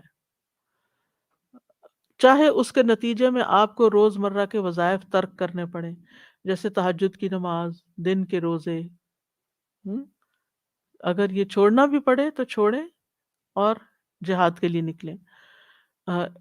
اسی طرح فرض نماز کی تکمیل جو گھر میں پوری پڑھی جاتی ہے اور سفر میں آدھی ہو جاتی ہے، اور خوف میں تو اور بھی کم ہو جاتی ہے۔ پھر اسی طرح باقی کام بھی، مثلا اگر آپ کے تعلیم دینے کا وقت ہے اور لوگ علم حاصل کرنے کے لیے آئے ہوئے ہیں، تو اس وقت تعلیم دینا افضل عبادت ہے۔ اس وقت یہ نہیں کہ ان کو بٹھا کے آپ نفل شروع کر دیں، یا یہ نہیں کہ استاد کلاس میں بیٹھا ہے اور آپ اشراق پڑھ رہے ہیں، یہ نہیں ہونا چاہیے۔ اسی طرح مہمان آ جائیں تو مہمان نوازی افضل عمل ہے، چاہے آپ کو اپنا کوئی مستحب کام چھوڑنا پڑے۔ پھر اسی طرح سحری کے وقت افضل عبادت نماز، قرآن، دعا، ذکر اور خاص طور پر استغفار۔ کبھی آپ نے اس کی حکمت پہ غور کیا کہ سحری کے وقت استغفار کیوں؟ کوئی اور ذکر کیوں نہیں؟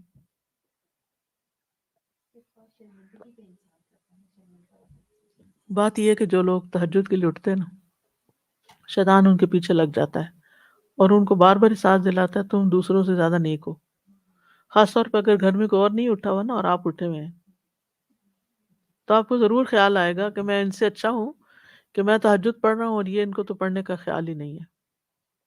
تو اس وقت کیا کریں؟ استغفار، کیونکہ یہ ایک شیطانی خیال ہوتا ہے، انا خیر منہ، آپ کو نہیں پتا کہ وہ کسی اور کام میں آپ سے کتنے اچھے ہوں، یا اس وقت کی ان کی نیند اگر ضروری ہے تو انہوں نے اٹھ کے اور کون سا کام کرنا ہے۔ تو نفل پڑھنے کی اگر آپ کو اس وقت موقع ملا ہوا ہے تو بھی سب سے افضل وقت استغفار کا سحری کا وقت ہے۔ پھر اسی طرح 5 نمازوں کے وقت میں افضل ترین عبادت نماز کو کامل طریقے سے پڑھنا، اخلاص سے پڑھنا، جلدی اٹھنا، مسجد کی طرف جانا، خاص طور پہ مردوں کے لیے۔ پھر اسی طرح اگر کوئی آپ کے پاس ضرورت مند آ گیا ہے تو اس وقت افضل کام کیا ہے؟ اس کو اٹینڈ کرنا، اس کی ضرورت پوری کر دینا۔ کوئی سوال لے کر آ گیا ہے، کوئی علمی سوال لے آیا ہے کہ آپ ذرا یہ سن لیں، یا کوئی اپنا مسئلہ بیان کر رہا ہے، کرنے کے لیے آیا ہے، تو اب آپ یہ نہیں کہہ سکتے کہ میں اس وقت ذرا قرآن پڑھ لوں یا ذکر کر رہی ہوں، آپ بیٹھے ذرا میں ذکر کر لوں، نہیں، آپ پہلے اس کو اٹینڈ کریں، ذکر بعد میں کریں۔ پھر اسی طرح قرآن کی تلاوت کے وقت افضل ترین کام کون سا ہے، اور وہ وقت کون سا ہے؟ ان قرآن الفجر کان مشہودا، فجر کا وقت، صبح کا وقت۔ لیکن اگر اس وقت آپ کسی وجہ سے نہیں پڑھ سکتے، مثلا راتیں چھوٹی ہیں اور آپ کو جلدی آرام کرنا ہوتا ہے کیونکہ آپ کو کام پہ جانا ہے، تو پھر آفٹر عصر بھی آپ پڑھ سکتے ہیں۔ تو جب آپ پڑھیں تو اس وقت افضل چیز قرآن میں دل جمعی کرنا، تدبر اور فہم حاصل کرنا، یا اس کی تلاوت اچھے طریقے سے کرنا۔ عرفہ کے دن، عرفات کے میدان میں سب سے افضل عمل کیا ہے؟ وقوف عرفات، ٹھیک ہے، یعنی عبادت، سب سے افضل عبادت اللہ سے عاجزی کرنا، گڑ گڑا کے دعائیں کرنا، ذکر میں محنت کرنا، اس دن روزہ رکھنا ہے افضل عبادت نہیں ہے تاکہ آپ کمزور نہ ہو جائیں، جو کام آپ نے اس دن کرنا ہے وہ پوری طرح کر سکیں۔ ذوالحجہ کے 10 دنوں میں افضل ترین عبادت کون سی ہے؟ تکبیرات پڑھنا، لا الہ الا اللہ پڑھنا، حمد کے کلمات پڑھنا، اور یہ اس جہاد سے افضل ہے جو جہاد فرض عین نہ ہو۔ رمضان کے آخری عشرے کی افضل ترین عبادت کون سی ہے؟ قیام اللیل، ٹھیک ہے، من قام لیلۃ القدر ایمانا و احتسابا، اسی طرح اعتکاف، ٹھیک ہے، اعتکاف، اور اگر اعتکاف پورا نہیں بھی کر سکتے تو خلوت اختیار کرنا، لوگوں سے کم ملنا، اور اس وقت قرآن کی قرات، قرآن کے ساتھ شغف لوگوں کو کوئی اور سبجیکٹ پڑھانے سے زیادہ افضل ہے کہ آپ ان کو میتھمیٹکس پڑھا رہے ہیں یا کچھ اور کر رہے ہیں، تو وہ 10 دن سب کچھ روک کے اگر قرآن پڑھانا ہے تو پڑھائیں، لیکن اس کے علاوہ باقی علوم کو پیچھے کر دیں۔ امام مالک جو تھے اپنی حدیث کی مجلس ختم کر دیتے تھے رمضان میں، قرآن کے اوپر فوکس کرتے تھے۔ اسی طرح کوئی بیمار ہو جائے تو افضل عبادت کیا ہے؟ اس کو اٹینڈ کرنا، اس کی تیمارداری کا۔ کوئی فوت ہو جائے تو اس کا جنازہ پڑھنا یا اس کے لیے استغفار پڑھنا۔ تکلیف کے وقت افضل عبادت کیا ہے؟ کیا کرنا چاہیے؟ صبر کرنا چاہیے۔ تو کہنے کا مطلب یہ کہ ہر وقت اور ہر حالت میں وہ کام کرے جس سے اللہ کی رضا حاصل ہو، جو اس وقت، اس کو کہتے ہیں پرائرٹائز کرنا، یعنی پرائرٹائز کرنا آنا چاہیے آپ کو۔ پھر حج کے سفر میں خاص طور پر زبان کی حفاظت، کوئی ایسی بات منہ سے نہ نکلے، ناشکری کی یا کسی کی ناراضگی کی جو اللہ تعالیٰ کو ناراض کرے، اور زیادہ تر خاموشی۔ نبی صلی اللہ علیہ وسلم نے فرمایا تم حسن خلق اور طویل خاموشی کو لازم پکڑ لو۔ خاموشی اس لیے بھی ضروری ہے کہ کچھ اور لوگ کوئی تلاوت کر رہا ہوتا ہے، کوئی ذکر کر رہا ہوتا ہے، اور آپ باتیں کر رہے ہیں اور اپنی باتوں سے دوسروں کو ڈسٹرب کر رہے ہیں، یا کوئی آرام کر رہا ہوتا ہے، ایک کمرے میں کئی لوگ ہوتے ہیں، تو اس وقت اگر آپ تلاوت بھی کریں تو اپنے یعنی کہ خاموشی کے بغیر وہ آواز نکالے کریں۔ پھر نظروں کی حفاظت، 3 لوگوں کی آنکھیں ملاقات کے دن آگ کو نہیں دیکھیں گی، ان میں سے ایک وہ آنکھ ہے جس نے اللہ کے حرام کردہ امور سے نظروں کی حفاظت کی، یعنی اپنی نگاہیں جھکا کے طواف اور باقی چیزوں کو کریں، اپنے کام سے کام رکھیں۔ مردوں کو دیکھنا تو ویسے ہی منع ہے، لیکن خواہ مخواہ میں بھی کوئی کیا کر رہا ہے کیا نہیں کر رہا، اور پھر اپنا کام چھوڑ کے اس کے پیچھے لگ جانا، خاص طور پر طواف میں، ان سب چیزوں سے پرہیز کرنا چاہیے، اور خصوص بیکار چیزوں سے اپنے آپ کو بچائیں، لغو سے بچائیں، سیلفیز بنانا، اور اسی طرح اس وقت ٹیکسٹنگ کرنا۔ پھر جو آپ کا امیر ہو اس کی اطاعت کریں، جو آپ کا گروپ لیڈر ہو اس کی بات مانیں، لڑائی جھگڑے سے بچیں، اور اگر کوئی اور لڑائی کر رہا ہو تو ایک طرف ہو جائیں، اس میں شریک نہ ہو، لوگوں کے ساتھ اچھے اخلاق سے پیش آئیں۔ نبی صلی اللہ علیہ وسلم نے فرمایا تم جہاں کہیں بھی ہو اللہ سے ڈرو، برائی کے بعد بھلائی کر لو، وہ اسے مٹا دے گی، اور لوگوں سے اچھے اخلاق سے پیش آؤ، لوگوں کو خیر دینا اور اپنے شر سے بچانا۔ نبی صلی اللہ علیہ وسلم نے فرمایا تم میں سب سے بہتر وہ ہے جس سے خیر کی امید ہو اور اس کے شر سے امن ہو، اور سب سے بدتر وہ ہے جس سے اس کی خیر کی توقع نہ ہو اور اس کے شر سے امن نہ ہو۔ پھر امر بالمعروف اور نہی عن المنکر کرنا، پھر اللہ کی راہ میں کثرت سے خرچ کرنا۔ ابن عمر سے روایت ہے کہ رسول اللہ صلی اللہ علیہ وسلم نے فرمایا بے شک اللہ اپنے بندوں کو نفع پہنچانے کے لیے کچھ لوگوں کو بطور خاص نعمتیں عطا کرتا ہے، یعنی کچھ لوگوں کو نعمتیں عطا کر دیتا ہے، مال دے دیتا ہے، یا کچھ سکلز دے دیتا ہے، یا علم دے دیتا ہے، تاکہ وہ ان نعمتوں کے ساتھ اوروں کو فائدہ پہنچائیں۔ اگر وہ خرچ کرتے رہیں تو وہ انعامات برقرار رہتے ہیں، یعنی اگر وہ لوگوں کو دیتے رہیں، فائدہ پہنچاتے رہیں، تو اللہ تعالیٰ ان کو اور دیتا رہے گا، اور اگر وہ رک جائیں تو ان سے سلب کر کے دوسروں کو عطا کر دیتا ہے، یعنی وہ نعمتیں پھر ان کے پاس نہیں رہتی۔ مثلا اگر آپ اپنی کسی اسکل، کسی مہارت کو کسی کے ساتھ شیئر نہیں کرتے تو کیا ہوتا ہے، آپ خود بھی بھولنے لگتے ہیں. لیکن جب آپ فائدہ پہنچاتے ہیں تو آپ کو چیزیں یاد رہتی ہیں، آپ اس میں ایکٹیو رہتے ہیں، آپ کا مائنڈ بھی ایکٹیو رہتا ہے، آپ خود بھی انجوائے کرتے ہیں. اسی طرح علم ہے آپ کے پاس، آپ جب تک سکھاتے رہیں. آپ حیران ہوں گے، میرا پی ایچ ڈی کا تھیسس جس سبجیکٹ میں تھا اور جو اس کا آتھر تھا ابو طاہر السلفی، وہ 106 سال کی عمر میں فوت ہوا، اور آخری دن بھی وہ عصر کے وقت حدیث پڑھا رہا تھا کہ جو ہی اس نے ختم کیا تو اس کی جان چلی گئی. بس 106 سال کی عمر میں. ان کو اور ان کے علاوہ بہت سے جو ایسے ہی واقعات میں نے پڑھے، اس سے مجھے اتنی موٹیویشن ملی کہ علم سکھانے میں کوئی ریٹائرمنٹ نہیں، اور یہ کام ایسا ہے کہ اگر انسان اس کو کرتا رہتا ہے تو اس دماغ بھی اس کا حاضر رہتا ہے، اور وہ جب دوسروں کو فائدہ پہنچاتا ہے تو اللہ تعالیٰ اس کا فائدہ اس کو خود پہنچاتے ہیں، کیونکہ آپ کو خود باتوں کی یاد دہانی ہو جاتی ہے، آپ کو عمل کی راہیں ملتی ہیں.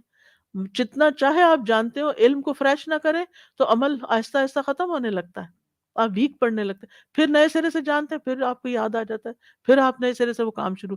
مثلا آپ نے ایک بات جانی، آپ نے وہ کام شروع کر دیا. مثلا پرندوں کو پانی ڈالنے کا یا دانہ ڈالنے کا کام آپ نے شروع کیا، اور کچھ عرصے کے بعد آپ کو بھول گیا، سردیاں آئیں کچھ اور، آپ ٹریول کر گئے، وہ سلسلہ ٹوٹ گیا. اب پھر آپ کو کسی دن پھر کہیں ریمائنڈر ملا، پھر آپ شروع ہو گئے. تو اس طرح ہوتا ہے ہر کام میں، کبھی جب بریک آتی ہے تو وہ چیزیں عادتیں چھٹ جاتی ہیں. تو علم کا یہ فائدہ ہوتا ہے کسی کو سکھانے کا کہ انسان کے اپنے عمل میں بھی بہتری آتی رہتی ہے، فائدہ ہی فائدہ ہے، اور ثواب الگ ہے. اسی طرح باقی چیزیں بھی جو بھی اللہ نے آپ کو دیا ہے، کسی بھی قسم کا کوئی ہنر، کوئی عقل کی بات، کوئی خاص پیشہ ہے آپ کا، کچھ بھی. مثلا اگر آپ ڈاکٹر ہیں، اتنا عرصہ آپ نے جاب کی، پھر آپ ریٹائر ہو گئے تو آپ والنٹریلی کہیں کام کر سکتے ہیں، لوگوں کو فائدہ پہنچا سکتے ہیں. آج کل تو ویسے اتنے مواقع، یوٹیوب پہ لوگ بیٹھ کے کیا کیا مشورے دے رہے ہوتے ہیں اور لوگوں کو فائدے پہنچا رہے ہوتے ہیں. تو مطلب ایک ذہن ہونا چاہیے کہ ہم نے اپنی ذات سے فائدہ پہنچانا ہے. آپ مثلا جہاز میں جا رہے ہیں تو آپ عملے کو بتا سکتے ہیں کہ میں ڈاکٹر ہوں، اگر آپ کو کسی وقت ایمرجنسی، اول تو وہ اعلان بھی کر دیتے ہیں، تو فوراً یہ نہ کہیں اب میرے ذمہ پڑ گیا یہ مریض، میں نہیں، میں کوئی اور اٹھ جائے. نہیں، آپ اٹھیں، فائدہ پہنچائیں. اللہ نے آپ کو ہی نعمت دی. اللہ تعالیٰ اگر آپ نہیں استعمال کریں گے تو اللہ تعالیٰ کسی اور سے کروا لے گا کام. دنیا کے کام رکتے تو نہیں نا. اسی طرح سفر میں مسافروں کے کام آنا. نبی صلی اللہ علیہ وسلم نے فرمایا، جس نے کسی مسلمان سے دنیا کا کوئی دکھ دور کیا، اللہ تعالیٰ اس سے قیامت کے دن کے دکھوں میں سے کوئی دکھ دور کر دے گا. جس نے کسی مشکل میں پڑے شخص کے لیے آسانی کی، اللہ اس کے لیے دنیا اور آخرت میں آسانی کرے گا. جس نے کسی مسلمان کی پردہ پوشی کی، اللہ دنیا اور آخرت میں اس کی پردہ پوشی کرے گا. اور اللہ اس وقت تک بندے کی مدد میں رہتا ہے جب تک بندہ اپنے بھائی کی مدد میں رہتا ہے. سلف صالحین جو تھے، وہ جب حج وغیرہ کرتے تھے اور جب نکلتے تھے سفر میں یا ویسے لوگوں کے ساتھ ملتے جلتے تھے، تو وہ صاحب بالجنب کا حق بہت ادا کرتے تھے کہ میرا ساتھی کون ہے، میرے ساتھ کون بیٹھا ہوا. یہ نہیں کہ ضرور کوئی رشتہ دار ہو، دوست ہو، یا کچھ جان پہچان کا ہو، کوئی بھی ہو، اس کو میں کیسے فائدہ پہنچاؤں.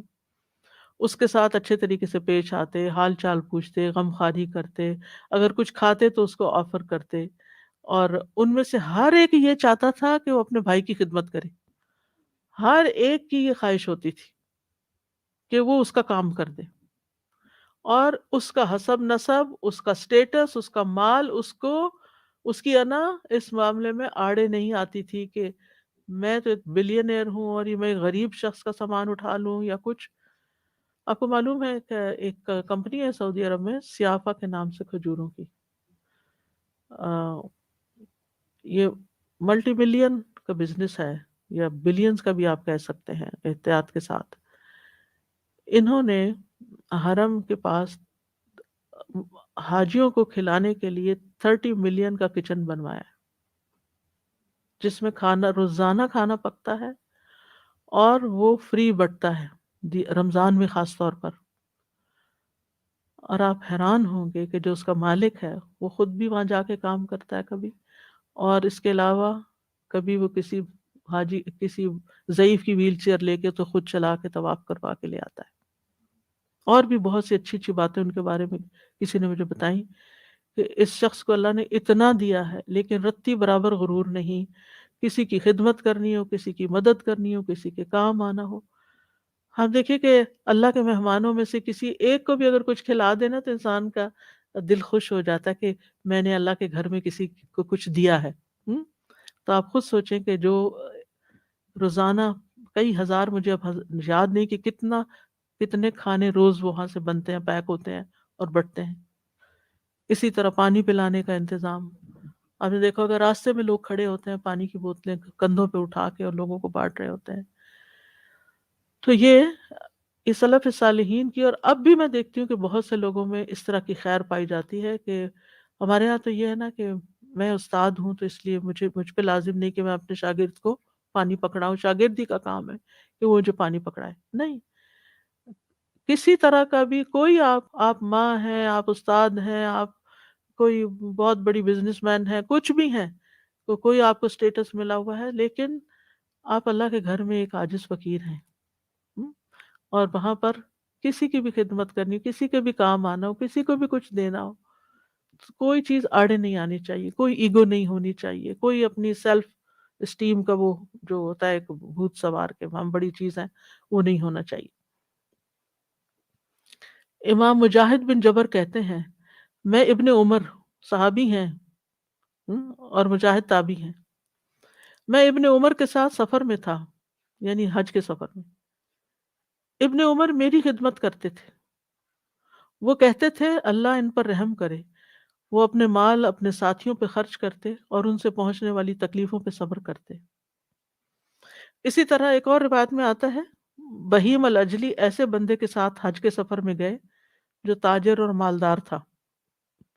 جب سفر کے لیے نکلنے کا دن آیا تو بہیم رونے لگے، یہاں تک کہ ان کے آنسو ان کے سینے پہ ٹپکنے لگے۔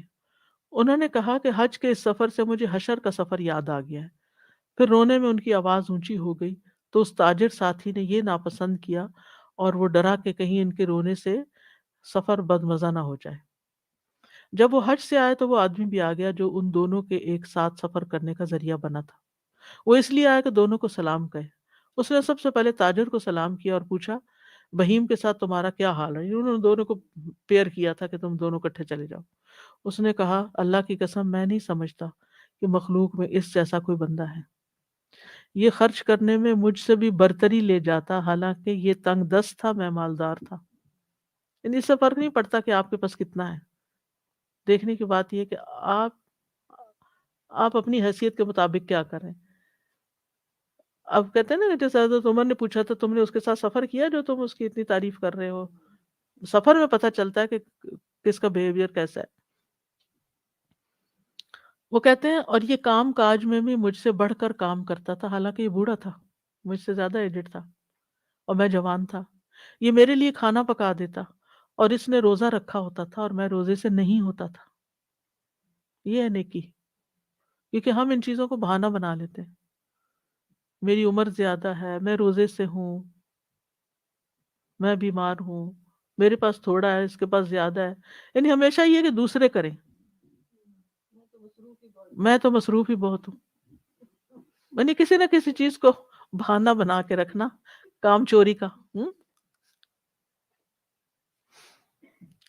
پھر وہ اس کے پاس، وہ جو تھرڈ پرسن تھا، وہ اس کے پاس سے نکل کر بہیم کے پاس گیا اور اس کو سلام کیا۔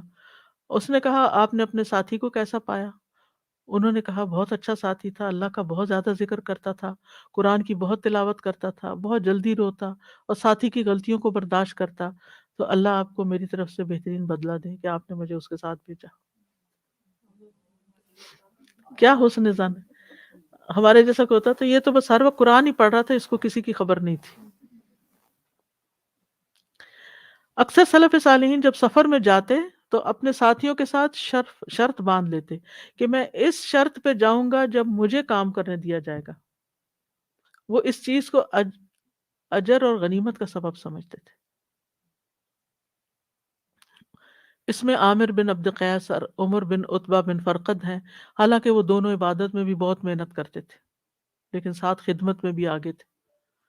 عبداللہ بن مبارک سفر میں اپنے ساتھیوں کو بہت مزے کا کھانا کھلاتے اور خود روزہ رکھتے تھے۔ جب وہ اپنے شہر مرو سے حج کرنے جاتے تو اپنے ساتھیوں کو جمع کرتے اور کہتے آپ میں سے کون حج کرنا چاہتا ہے؟ تو وہ ان کے خرچے لے لیتے، اچھا لاؤ پیسے، میں تمہیں حج کرواتا ہوں.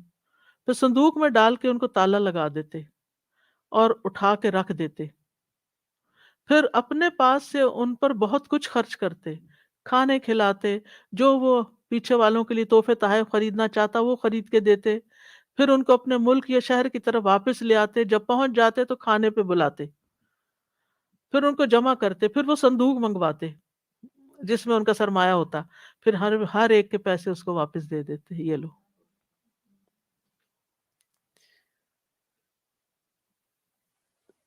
اسی طرح نبی صلی اللہ علیہ وسلم کے بارے میں آتا ہے کہ ان کے ایک ساتھی مجلس میں حاضر نہیں ہو رہے تھے، لوگوں نے بتایا کہ وہ بیمار ہیں، تو آپ خود چل کر ان کے پاس چلے گئے ان کا حال پوچھنے کے لیے.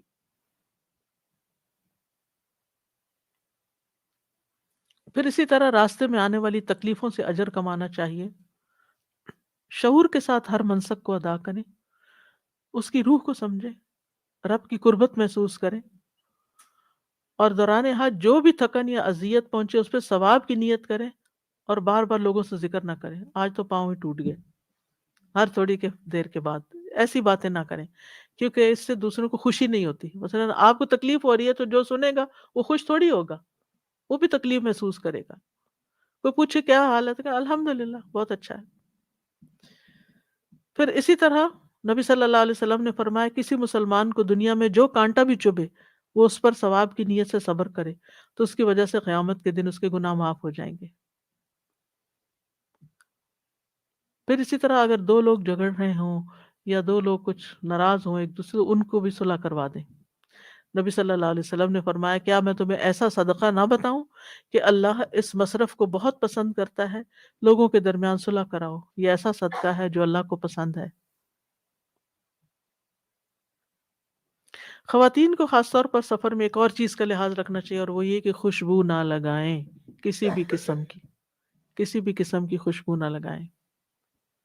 تھوڑے پسینے کی اسمیل آ رہی ہے برداشت کر لیں، نہ پاؤڈر لگائیں، نہ عطر لگائیں، نہ ڈیوڈرنٹ لگائیں، نہ کچھ اور لگائیں.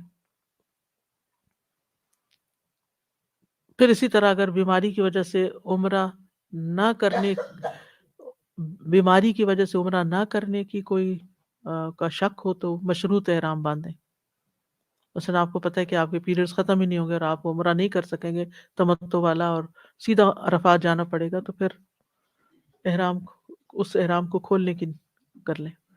پھر اسی طرح خاص طور پر زبان کی حفاظت، اور پھر مردوں کے اندر اختلاط سے بچیں، یعنی ان کی طرف سے یہ نہیں کہ آپ اس شوق میں کہ میں کعبے کے قریب نماز پڑھوں اور عین مردوں کی صف میں کھڑی ہو جائیں، تو اس میں کوئی نیکی نہیں ہے. کیونکہ بعض خواتین آخری وقت تک کہنے کے باوجود وہاں سے نہیں نکلتی ہیں مطاف سے، اور پھر ٹریپ ہو جاتی ہیں، ادھر بھی مرد ہیں ادھر بھی مرد ہیں، اور ان سے آپ ٹکرا رہے ہیں اور آپ نماز پڑھ رہے ہیں، تو یہ کس قسم کی عبادت ہے. پھر اسی طرح طواف کے دوران دھکم پیل سے بچنا ہے، آواز دھیمی رکھنی ہے، بغیر علم کے فتوے دینے سے بچنا ہے، جس بات کا علم نہ ہو علم والوں سے پوچھیں، بے مقصد گفتگو سے بچیں. بے مقصد گفتگو یہ بہت ضروری ہے، کیونکہ کچھ لوگ فضول کی باتیں کرتے رہتے ہیں، بیکار کی باتیں، لطیفے، ہنسی مذاق، ادھر ادھر کی باتیں. سکینت اور وقار رکھیں. پھر یہ کہ سفر کی دعائیں یاد کر لیں. جب گھر سے نکلیں تو دعا پڑھ کے نکلیں. نبی صلی اللہ علیہ وسلم نے فرمایا جب بھی کوئی شخص اپنے گھر سے نکلتا ہے تو اس کے دروازے پر 2 جھنڈے ہوتے ہیں، ایک جھنڈا فرشتے کے ہاتھ میں ہوتا ہے، دوسرا شیطان کے ہاتھ میں. اگر وہ اللہ کی رضا والے عمل کے لیے نکلتا ہے تو فرشتہ اپنا جھنڈا لے کر اس کے پیچھے پیچھے روانہ ہو جاتا ہے، اور وہ اپنے گھر لوٹنے تک فرشتے کے جھنڈے تلے ہوتا ہے. اور اگر وہ اللہ کی ناراضگی والے عمل کے لیے نکلتا ہے تو شیطان اپنا جھنڈا لے کر اس کے پیچھے روانہ ہوتا ہے، اور وہ مسلسل گھر واپس آنے تک شیطان کے جھنڈے تلے رہتا ہے. گھر سے نکلنے سے پہلے 2 رکعت ادا کریں.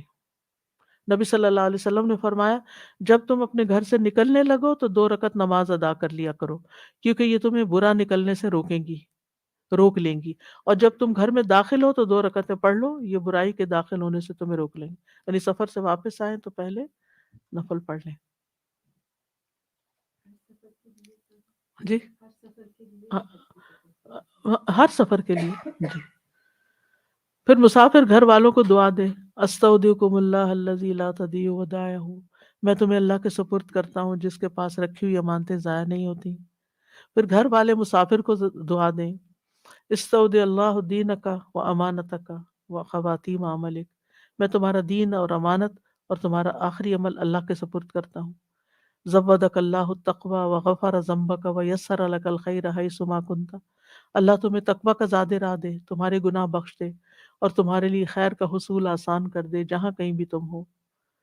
پھر پاؤں سواری پہ رکھتے ہوئے 3 دفعہ بسم اللہ پڑھیں، سواری پہ بیٹھ کے الحمدللہ پڑھیں، پھر سبحان الذی سخر لنا ھذا وما كنا له مقرنین وانا الی ربنا لمنقلبون. پھر 3 مرتبہ الحمدللہ، 3 مرتبہ اللہ اکبر پڑھیں، پھر سبحانک انی قد ظلمت نفسی فاغفر لی فانہ لا یغفر الذنوب الا انت. پھر اللہم انا نسألک فی سفرنا ھذا البر والتقوی ومن العمل ما ترضى اللہم ہون علینا سفرنا ھذا واطوِ عنا بعدہ اللہم انت الصاحب فی السفر والخلیفۃ فی الاہل اللہم انی اعوذ بک من وعثاء السفر وکآبۃ المنظر وسوء المنقلب فی المال والاہل. اور ایک میں ولد کا لفظ بھی آتا ہے. اے اللہ بے شک ہم آپ سے سوال کرتے ہیں سفر میں بھلائی اور تقوی کا. اے اللہ ہمارے لیے سفر کو آسان بنا دے، اس کے فاصلوں کو کم کر دے. اے اللہ اس سفر میں آپ ہی ہمارے ساتھی ہیں اور ہمارے گھر والوں کے محافظ ہیں. اے اللہ بے شک میں اس سفر کی تکلیف، پریشان کن منظر اور اپنے مال اور اہل خانہ کی طرف برائی کے ساتھ لوٹنے سے آپ کی پناہ چاہتا ہوں. تو بہرحال پھر دوران سفر جہاز اوپر کو جا رہا تو اللہ اکبر، لینڈ کر رہا ہو تو سبحان اللہ، کسی جگہ رکے ہیں تو ربی انزلنی منزلا مبارکا وانت خیر المنزلین، اے میرے رب مجھے برکت والی جگہ اتار اور آپ بہترین اتارنے والے ہیں. پھر اسی طرح ربی ادخلنی مدخل صدق واخرجنی مخرج صدق واجعل لی من لدنک سلطانا نصیرا، اے میرے رب مجھے سچائی کے مقام پہ داخل کر، سچائی کے مقام سے نکال اور میرے لیے اپنے پاس سے مددگار قوت مہیا کر. پھر کسی بھی جگہ، کسی بھی شہر میں آپ جائیں، کسی ہوٹل میں جائیں، کسی مینا میں جائیں، عرفات میں جائیں، جہاں بیٹھنے لگے وہاں بیٹھنے سے پہلے اعوذ بکلمات اللہ التامات من شر ما خلق 3 دفعہ پڑھ لیں، کیونکہ جو ایسی چیز پڑھ لیتا ہے اس کو وہاں کی کوئی چیز نقصان نہیں دیتی. میں اللہ کے مکمل کلمات کے ساتھ جو اس نے پیدا کیا اس کے شر سے پناہ مانگتا ہوں. پھر کسی شہر میں داخل ہوتے وقت اللہم رب السماوات السبع وما اضلت ورب الارضین السبع وما اقلت ورب الریاح وما اذرت ورب الشیاطین وما اضلت انی اسألک خیرہا وخیر ما فیہا واعوذ بک من شرہا وشر ما فیہا. اے اللہ 7 آسمانوں کے رب اور ان چیزوں کے جن پر آسمانوں نے سایہ کیا ہوا ہے، اور 7 زمینوں کے رب اور ان چیزوں کے جن کو ان زمینوں نے اٹھایا ہوا ہے، اور ہواؤں کے رب اور ان چیزوں کے جن کو یہ ہوائیں اڑائے پھرتی ہیں، شیطانوں کے رب اور ان مخلوقات کے جن کو ان شیطانوں نے گمراہ کیا. میں تجھ سے اس بستی کی خیر اور جو کچھ اس میں ہے اس کی خیر کا سوال کرتا ہوں، اور اس بستی کے شر سے اور جو کچھ اس میں ہے اس کے شر سے تیری پناہ چاہتا ہوں. جاتے ہوئے پڑھ لیں، واپس گھر آ کے بھی اپنے شہر میں داخل ہو کے بھی پڑھ لیں. تو انشاءاللہ اللہ تعالیٰ آپ نے حفاظت میں رکھے گا. آج کے لیے اتنا ہی کافی ہے. انشاءاللہ تعالیٰ اب سفر کے لیے تو روانہ ہو گئے ہیں، پھر آگے دیکھتے ہیں کیا ہوتا ہے. سبحانک اللہم و بحمدک اشہد ان لا الہ الا انت استغفرک و اتوب الیک. السلام علیکم ورحمۃ اللہ وبرکاتہ. آپ میں سے کوئی کچھ کہنا چاہے تو موسٹ ویلکم. وہ جو کل کسی نے سوال کیا تھا نا کہ اگر کوئی کسی کو حج کرا دیتا ہے اور پھر اس کے بعد وہ خود صاحب استطاعت ہو جاتا ہے تو کیا اس کا حج ہو جائے گا؟ فرض جی فریضہ ادا ہو جائے گا. یعنی اگر وہ چاہے تو نفلی حج دوبارہ کر لے، ورنہ اس کا وہ حج جو ہے ادا ہو چکا ہے، دوبارہ سے کرنے کی ضرورت نہیں. جی اساتذہ جی کوشچن ایک تو یہ تھا کہ یہ جو ہم تھا نا کہ جب وہ جاتے ہیں تو علامت پہن لیتے تھے اور پھر مکہ کے بعد آپ نے کہا کہ وہ ریموو کر دیتے to be on the safe side. تو اس میں بھی ریسنٹلی جیسے ہوا نا کہ طواف، ابھی انہوں نے کہا کہ جو لوگ جو احرام میں وہی صرف طواف کر سکتے ہیں، تو جو دوسرے ڈریسز میں جا رہے تھے انہوں نے کہا کہ نہیں، میرے خیال میں اسپیس کی جو بیٹا ریزن میں بھی، تو کچھ لوگوں نے یہ کیا کہ وہ جیسے نفلی طواف ویسے ہی کر رہے ہوتے ہیں نا، تو اس میں انہوں نے کیا کہ احرام باندھ دیا. تو ایسا ہم کر سکتے ہیں؟ کیا کیا آخر میں؟ احرام ویسے ہی ویسے باندھنا عمرہ نہیں کرنا، لیکن لیکن صرف صرف طواف کے مطاف میں وہ صرف وہ احرام مطاف میں کے لیے آج کل بھی آپ اگر دیکھیں نا تو چونکہ صرف عمرے والوں کو اندر جاتے تو لگتا ہے کہ کوئی اور بندہ تو ہے ہی نہیں، جی سبھی نے وہی پہنا ہوا ہے. جی. تو وہ ایسا کر سکتے ہیں پھر اپنے دل سے پوچھ. جی. تو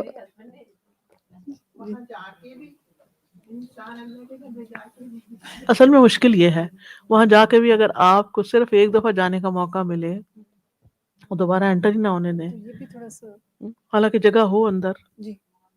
تو اگر جگہ ہو پھر تو ٹھیک ہے، اور اگر جگہ نہ ہو تو دوسرے لوگوں کو موقع دیں پھر، ٹھیک ہے نا. جی. اچھا ایک اور سر جی بات ہے یہ جیسے تھا نا کہ نکلنے سے پہلے صلاۃ توبہ پڑھے اپنے گناہ جیسے نا کہ تو کیا کہ جو کچھ لوگ کہتے ہیں کہ کسی پوچھ نہیں ہو سکے ایسا کر سکتے ہیں کہ کس سے کہہ کے جائیں کہ like if you have done any thing wrong to you تو مجھے فارگیو کر دیں because I am going for حج، اور اس طرح سے کچھ کر سکتے ہیں مجھے سمجھ نہیں آیا آپ کا سوال. کہ کسی انسان سے سب ریلیٹیوز ہیں یا جو بھی ہیں فرینڈس ٹھیک ہے، وغیرہ ہیں ان سرکل میں ہم کہہ سکتے ہیں کہ بیکاز ہم حج پہ جا رہے ہیں تو اگر ہاں اف آئی ہیو ہاں ڈن اینی تھنگ بالکل رانگ ٹو یو ضرور تو کہنا چاہیے، کہہ کے جانا چاہیے. جی. جی جزاک اللہ خیر. جب حج کیا جائے عمرہ کیا جائے تو اچھے سے کیا جائے، یعنی پیسہ خوب لگایا جائے اور کمفرٹیبل حج کیا جائے اور عمرہ کیا جائے تو زیادہ ثواب ہوتا ہے. کیونکہ ابھی آپ نے بتایا کہ وہ ایک ہی اونٹ لیتے تھے، رسول صلی اللہ علیہ وسلم نے ایک ہی اونٹ لیا جو سب ان کا سامان والا بھی تھا. تو لیکن اونٹ اچھا ہو، ٹھیک ہے نا. یعنی کمفرٹیبل حج کا مطلب یہ ہے کہ سواری اچھی ہو، سامان تھوڑا ہی ہو، بے شک سواری اچھی بھی ہے. کمفرٹیبل حج اس سے نہیں ہوتا کہ آپ کو ڈھیروں سامان ہو، وہ بڑا مشکل حج ہو جاتا ہے. اپنی حیثیت کے مطابق. السلام علیکم استاذہ جی. وہ میں ایک سوال پوچھ رہی ہوں کہ جیسے لیڈیز وغیرہ سب مل کے کمیٹی ڈالتے ہیں اور عمرے پہ جانے کے لیے حج پہ جانے کے لیے، تو اس پہلی لے لی ہے دوسری تیسری، اس میں آپ کیا کہتی ہیں کہ حج یا عمرے کا وہ تو قرضہ ہی ہو گیا، قرضہ ہو گیا کہ ہے نا. سب کا مال آپ نے اکٹھا کر لیا اور آپ چلے گئے، ہاں. کیونکہ آپ کی جگہ کون دے گا اگر کچھ ہو گیا، تو یہ باقیوں کا حق کیسے ادا ہوگا. جی تو یہ صحیح نہیں، پھر اس کا مطلب اینڈ کا ہو جس نے بھی اپنا جمع کرنا ہے تو پھر. جی مبین کچھ کہہ رہی. جی استاذہ جی یہی کہنے والی تھی کہ آخر میں لے لیں. ہاں جی بالکل. جب سے اللہ کا شکر ہے الہدا شروع ہوا تو میں کمیٹی ڈالتی ہوں ایک خاص مقصد کے لیے، اور وہ اخیر پہ دیتی ہے میری فرینڈس مجھے، اور وہ میں اس مقصد کے لیے پوری یوز کر کرتی ہوں. بالکل. تو الحمدللہ آخری کمیٹی لینے میرا خیال ہے اٹس جی. اوکے.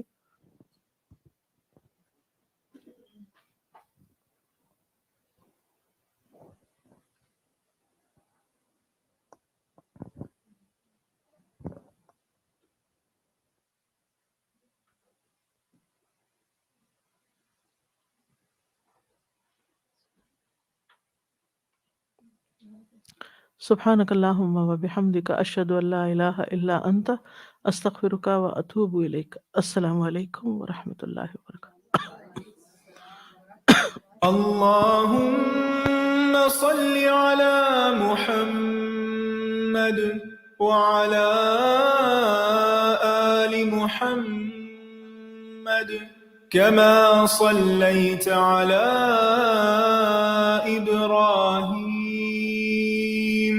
وعلى آل إبراهيم إنك حميد مجيد. اللهم بارك على محمد وعلى آل محمد كما باركت على إبراهيم وعلى آل إبراهيم إنك حميد مجيد.